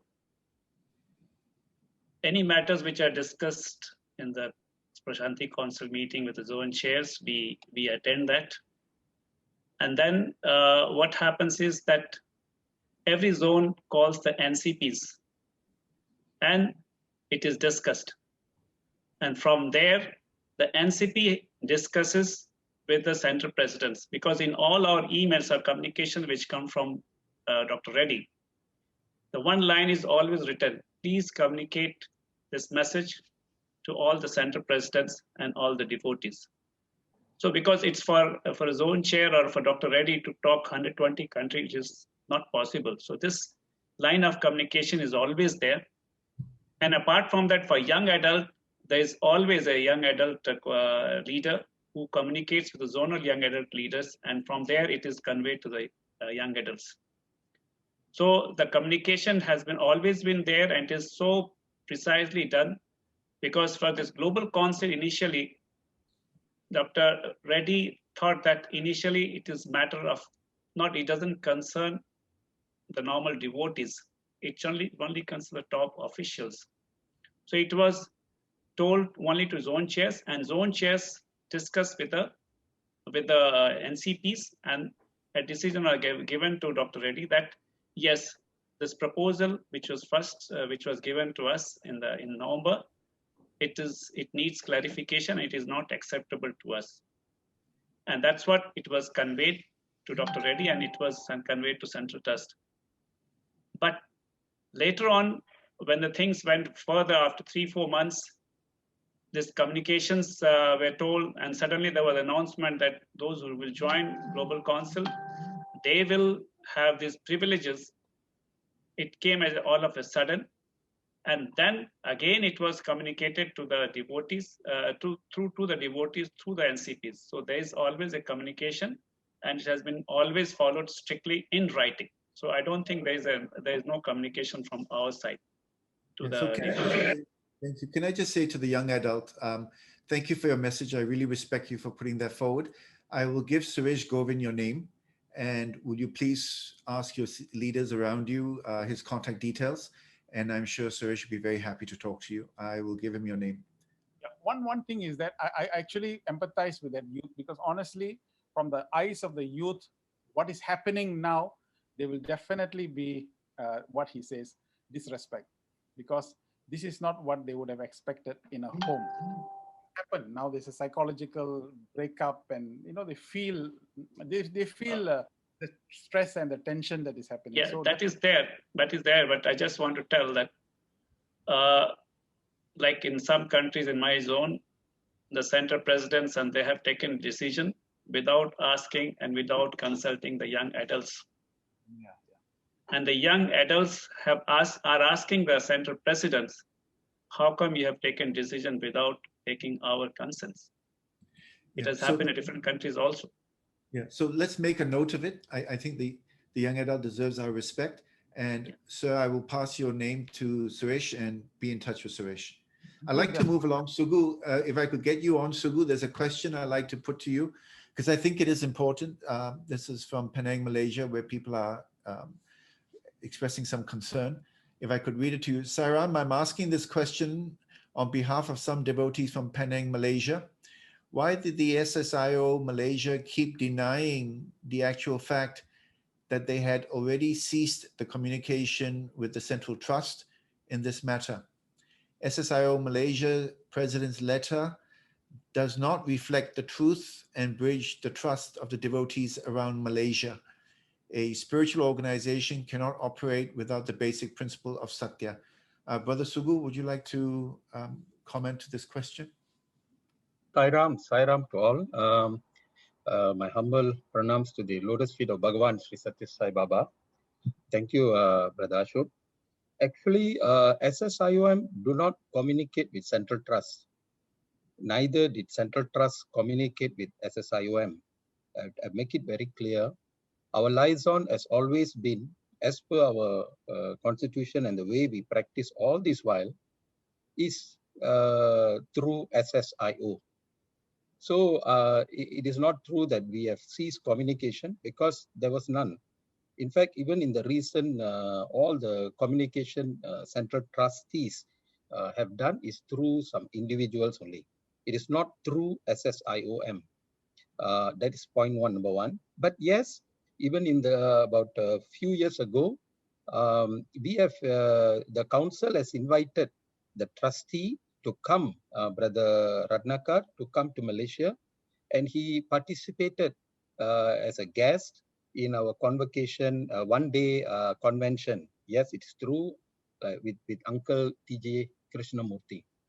And as far as a communication to everyone, we have over a period of, because this whole matter started after the 24th of April, I just want to put everything in perspective.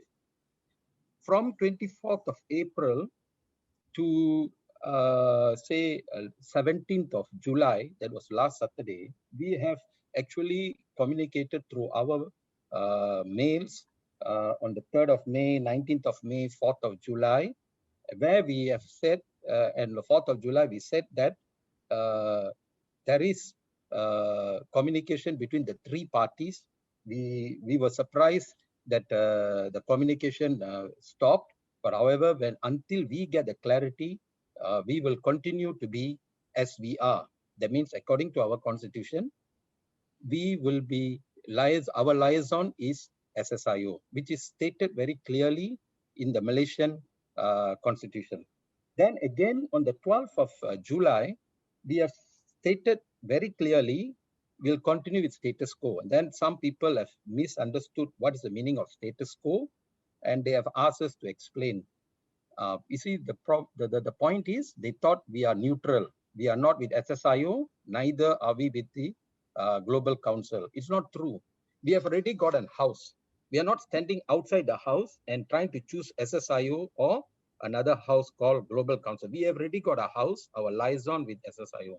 So I explained this after discussing with my 18 council members in the last council meeting on the 17th, the last Saturday in the morning. I've told them we will continue to be with SSIO until something changes in the future. So right now, as far as we are concerned, we are status quo. And this also was explained again. I mean, so far, another state has had a town hall meeting the following day at the request of the state coordinator, where we have a few states, that is Negeri Sembilan and Melaka. I've stated that also. And we may have other town hall meeting. That is where we stand right now. Thank you, Sairam. Thank you, Brother Sugu. I want to start winding down because of the time, but I want to go through the last few questions. And I think there are one or two short videos we want to play. So let me start winding down with the questions. Brother Manoj, it is alleged that Manoj has mentioned in a letter to Dr. Reddy that the Central Trust is after money. Can you comment on it? Oh, yes. Yes, I had a meeting around the end of first week of December, when this Global Council concept paper was shared with me. And I had to give a report to Dr. Reddy. How does the National Council President feel about it? And in that discussions, I invited many senior devotees who have been our leaders for many years, apart from the NCPs. And the gist of that report was sent to Dr. Reddy. In that report, I have mentioned, because all the NCPs, most of the officers, they said, we need a clarification. This is not acceptable to us. But this, our senior, he suddenly said, there's something fishy. Central Trust needs our money. Yes, go ahead. There's something fishy and the Central Trust needs our money. And which was certainly something different view from any other member. And this, I reported in my letter that this is also one of the view of one of the senior devotee. Yes, it is true. And it is not my words. It is the word of the senior leader. And it is in presence of all the NCPs and all the senior leaders of my zone. So there's nothing wrong in it, which I have reported. Yes, it is not my fictitious interpretation. It is a fact that senior leader has spoken.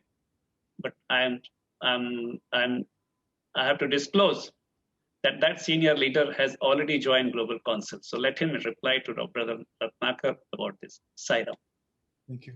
Venkat, there's a question here. Did the trustees launch the Global Council in a successful dharmic way? Knowing that the Global Council involves 3 organizations, did the trustees have all the 3 organizations get together to have a discussion, planning, and agreement before launching the Global Council? That's one of the questions. Thank you, brother. I would like to preface that question's answer by saying we are all honorable and loving people. We are all trying our best to be dharmic. And the very reason why we need to talk and why we need to not walk away from conversations is because we are all good people. And good people can reach good conclusions and good outcomes only through conversation. So I do not want to judge who's adharmic or not dharmic, but I do know that a process that could have happened has been terminated. I only wish that process could have continued, because the goal for all parties, I hope for them as well as for us, I know for sure for us, but for them also, is to preserve Swami's teachings. Like I said, I don't want to make the 10 commandments into 15 commandments because we think something, maybe God didn't see this problem coming up. Maybe God is really not omniscient. Maybe Swami isn't that. I don't want to second guess. I can second guess many people, but I don't want to second guess Swami. I believe he's God. I can't change that. And I don't want to second guess the organizations that are in. And good people, I say again, can reach good outcomes only through conversation, not through anger, not through walking away, not through hatred. So please, let's keep that in mind. Thank you. Saira. Thank you so much. Brother Leonardo, can you hear me, Brother Leonardo? Yes. Yeah, so one other question someone asked was, who appoints the Central Trust members? Well, we should ask them. We don't know, as it was said before, we don't know their bylaws, their guidelines. We have no idea. We know that Swami never created the position of a managing trustee. We know that Swami and Satyajit has told us that when Swami announced him that he was going to leave his body in a couple of years, he created the managing council and committees that, to my surprise, were dissolved when Swami left his body by the new members of the Central Trust. I don't know why they didn't respect the structure Swami gave them. So I have no idea about their terms, the terms of reference, their bylaws, who appoints them, why they created the position of a managing trustee. This was not what Swami left them, but I cannot answer the questions on their behalf. I can only tell you that we never, as the same way that our bylaws are public, anyone can see them. We don't see their bylaws, we don't see how they manage themselves. I know that several members of the Central Trust were not happy with this new proposal of the Global Council because I spoke with them. I don't know why they took this decision, why they cannot oppose the decision of the managing trustee. There was one question about money that I don't know if you have time, but I would like to refer to it. You know that the Central Trust made a very important donation of money to the government of India, to one state of India. Swami was never in favor of this kind of donations. He always told us not to have any relation with governments, much less with money. I don't know why the money they received from donations from devotees all over the world, instead of using that money for the institutions that Swami created, they are giving this away to a political party. I know that at the same time, they have reduced the salaries of the employees of the university and the hospitals. Some of them have had to resign because the money they get now is not enough for their living. Some adjusted. But at the same time, I know, because it was published, that they have a surplus of almost $10 million last year, and they have a corpus fund of almost $200 million. I don't know why they're reducing the salaries of their employees and at the same time making donations to a political party in India. This surprises me and are things that I cannot understand. So these kind of things about the Central Trust, I have no answers. And as I said before, we don't interfere with them, so we don't ask them. I don't know why. When I spoke with Nimish Pandya, when all this started, and asked him about this Global Council, and he told me in a phone conversation with me, he said, brother, I have no option. The Central Trust has direct connections with all the state presidents, so they will do it with my approval or without my approval. So he surrendered. But you know, we are an organization created by Swami with so many countries. We don't have any need to surrender. We have to follow the principles given by Swami. And I hope that every person, every devotee who is participating in this call today will reflect very carefully if they're going to throw all the grace they have achieved through so many years of service in the Sai mission, just for the sake of pleasing the managing trustee, or for believing that they will receive more privileges going to the ashram. No one can stop us from going to the ashram to visit Swami. Swami is Mahasamadhi. But remember, the important thing is to go there feeling that we are following his teachings all the time, that we have not betrayed his divine principles.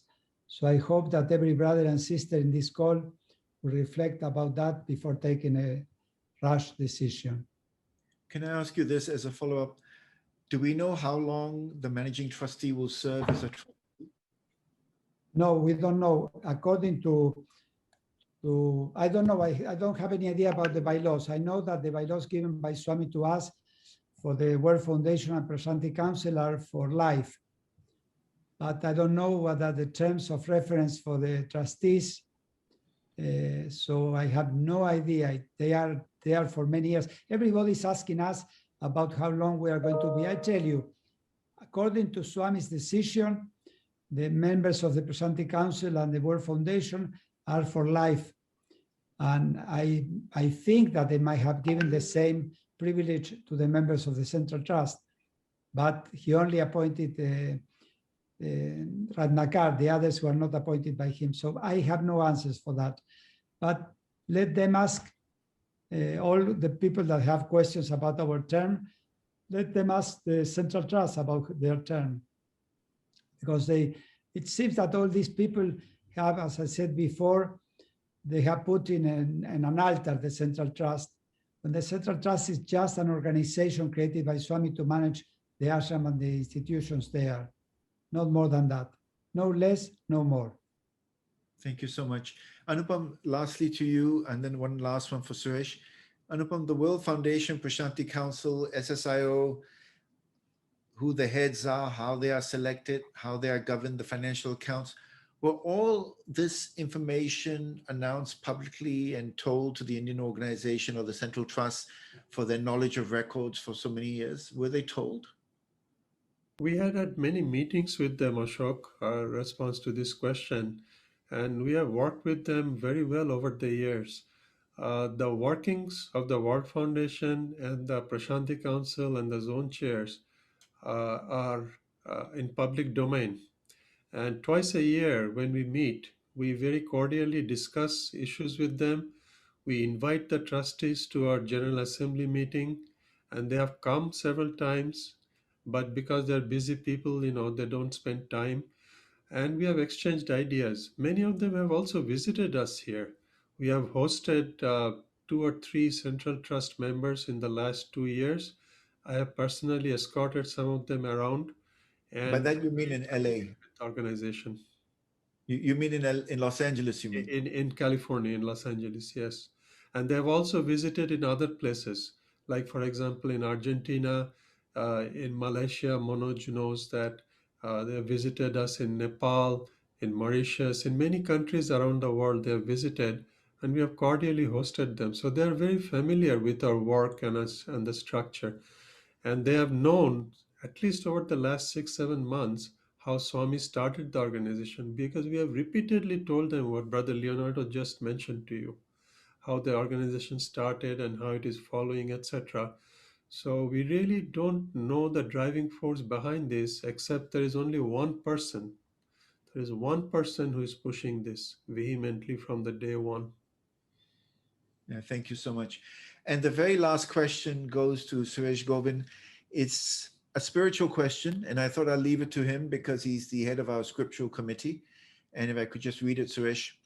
From a spiritual perspective, shouldn't we join the Global Council for the sake of unity and surrender to Swami to take care of any potential consequences of the Global Trust proposed TOR, which is central to the disagreement? Whatever the outcome may be, isn't it an opportunity to practice sacrifice, surrender, and continuous reflection and transformation? Sairam, nice, good question. That is a very good question. The thing is, if that was the case for the sake of unity, then Krishna in the Bhagavad Gita would not do that, isn't it? First chapter, actually, Arjuna did not want to fight. In fact, it doesn't matter. We'll all stay together. The wives will become widow. There were so many reasons why he wanted to unite, and it's okay. 17 chapters is about why he should fight. The point of the story is that what is the decision-making processes must be based on principles. Principles must be based upon very strong foundation. If it is just made at the physical level, if it is made at the mental level, okay, intellectual level, deeper, but spiritual level, then the decision-making processes will be strong. So now the key question is, whenever we want to make a decision process, need not worry, because we Satya Sai Baba devotees have got one privilege. We just rely on our teacher, our master. He has done it all. Hey, Bhagwan, what is it you want me to do? Then I just follow, because that the implicit obedience to the teacher is the highest expression of devotion.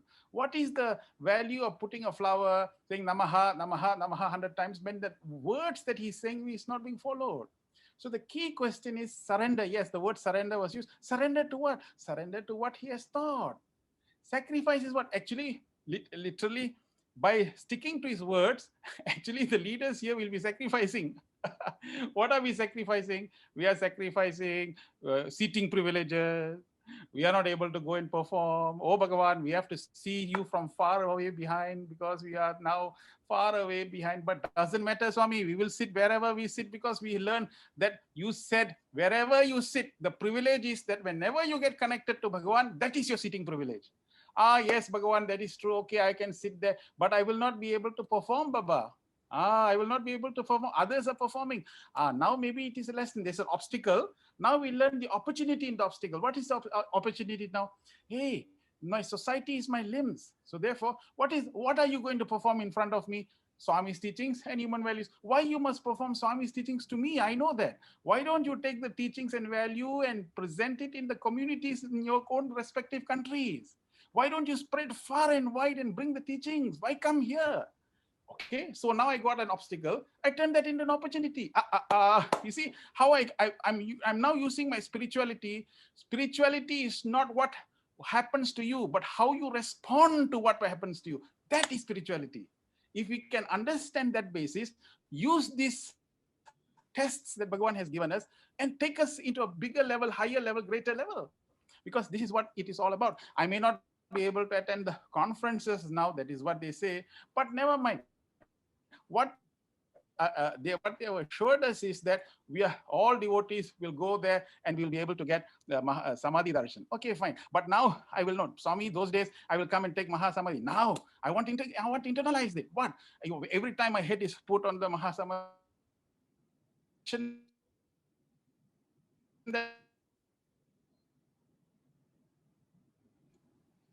Suresh, your mic, your connection is bad. Okay, maybe this is a note for me to move along. I've come to the end of as many questions as I can cover. And for those of you who have not managed to come to your questions, I do apologize. There were a lot of questions coming. We've done the best we could.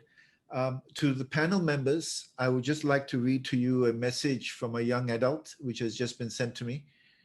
Please convey all our immense gratitude to all our senior Sai siblings who have had to endure this trying situation. Swami's word is paramount. There is no other way. I pray that Swami fills us with his strength, love, and fortitude in these times and times ahead. And there's another one. Sairam, respected leaders, I'm really very proud to be a member of the SSSIO because our leaders live by principles. Sairam, thank you so much for giving us your time and answering our question. Manoj, I'm giving it back to you, and you and Sister Hema can take it forward. Om Sairam.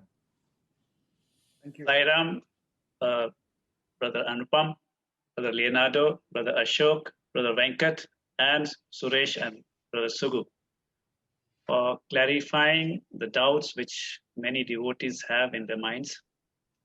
I think they must have got a clear picture that how much we have worked towards unity and how much we have worked towards being closer to the Swami's teachings.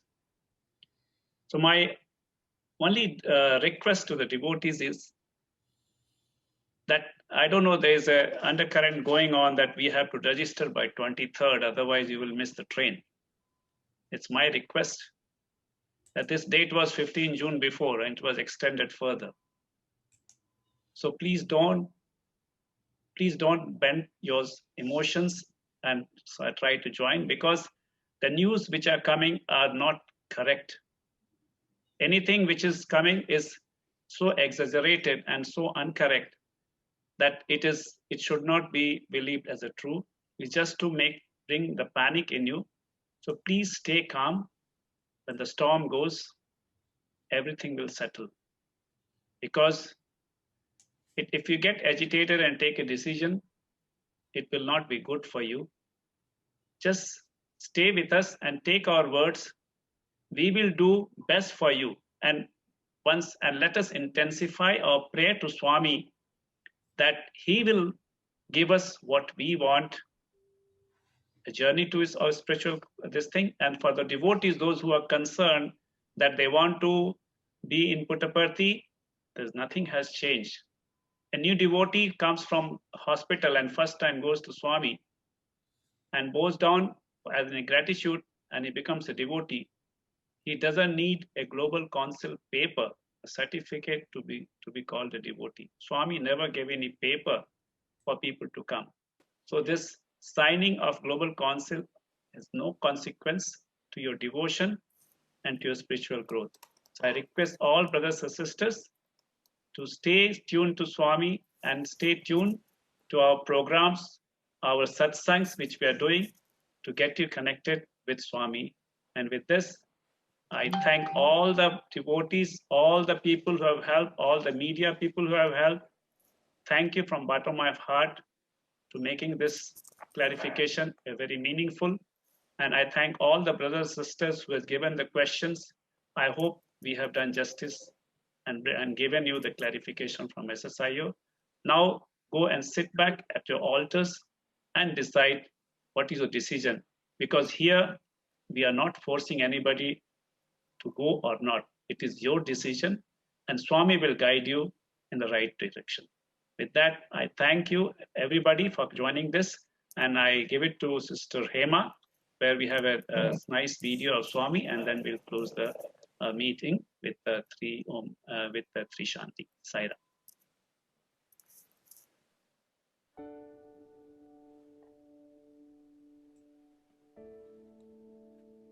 Sairam, brothers and sisters.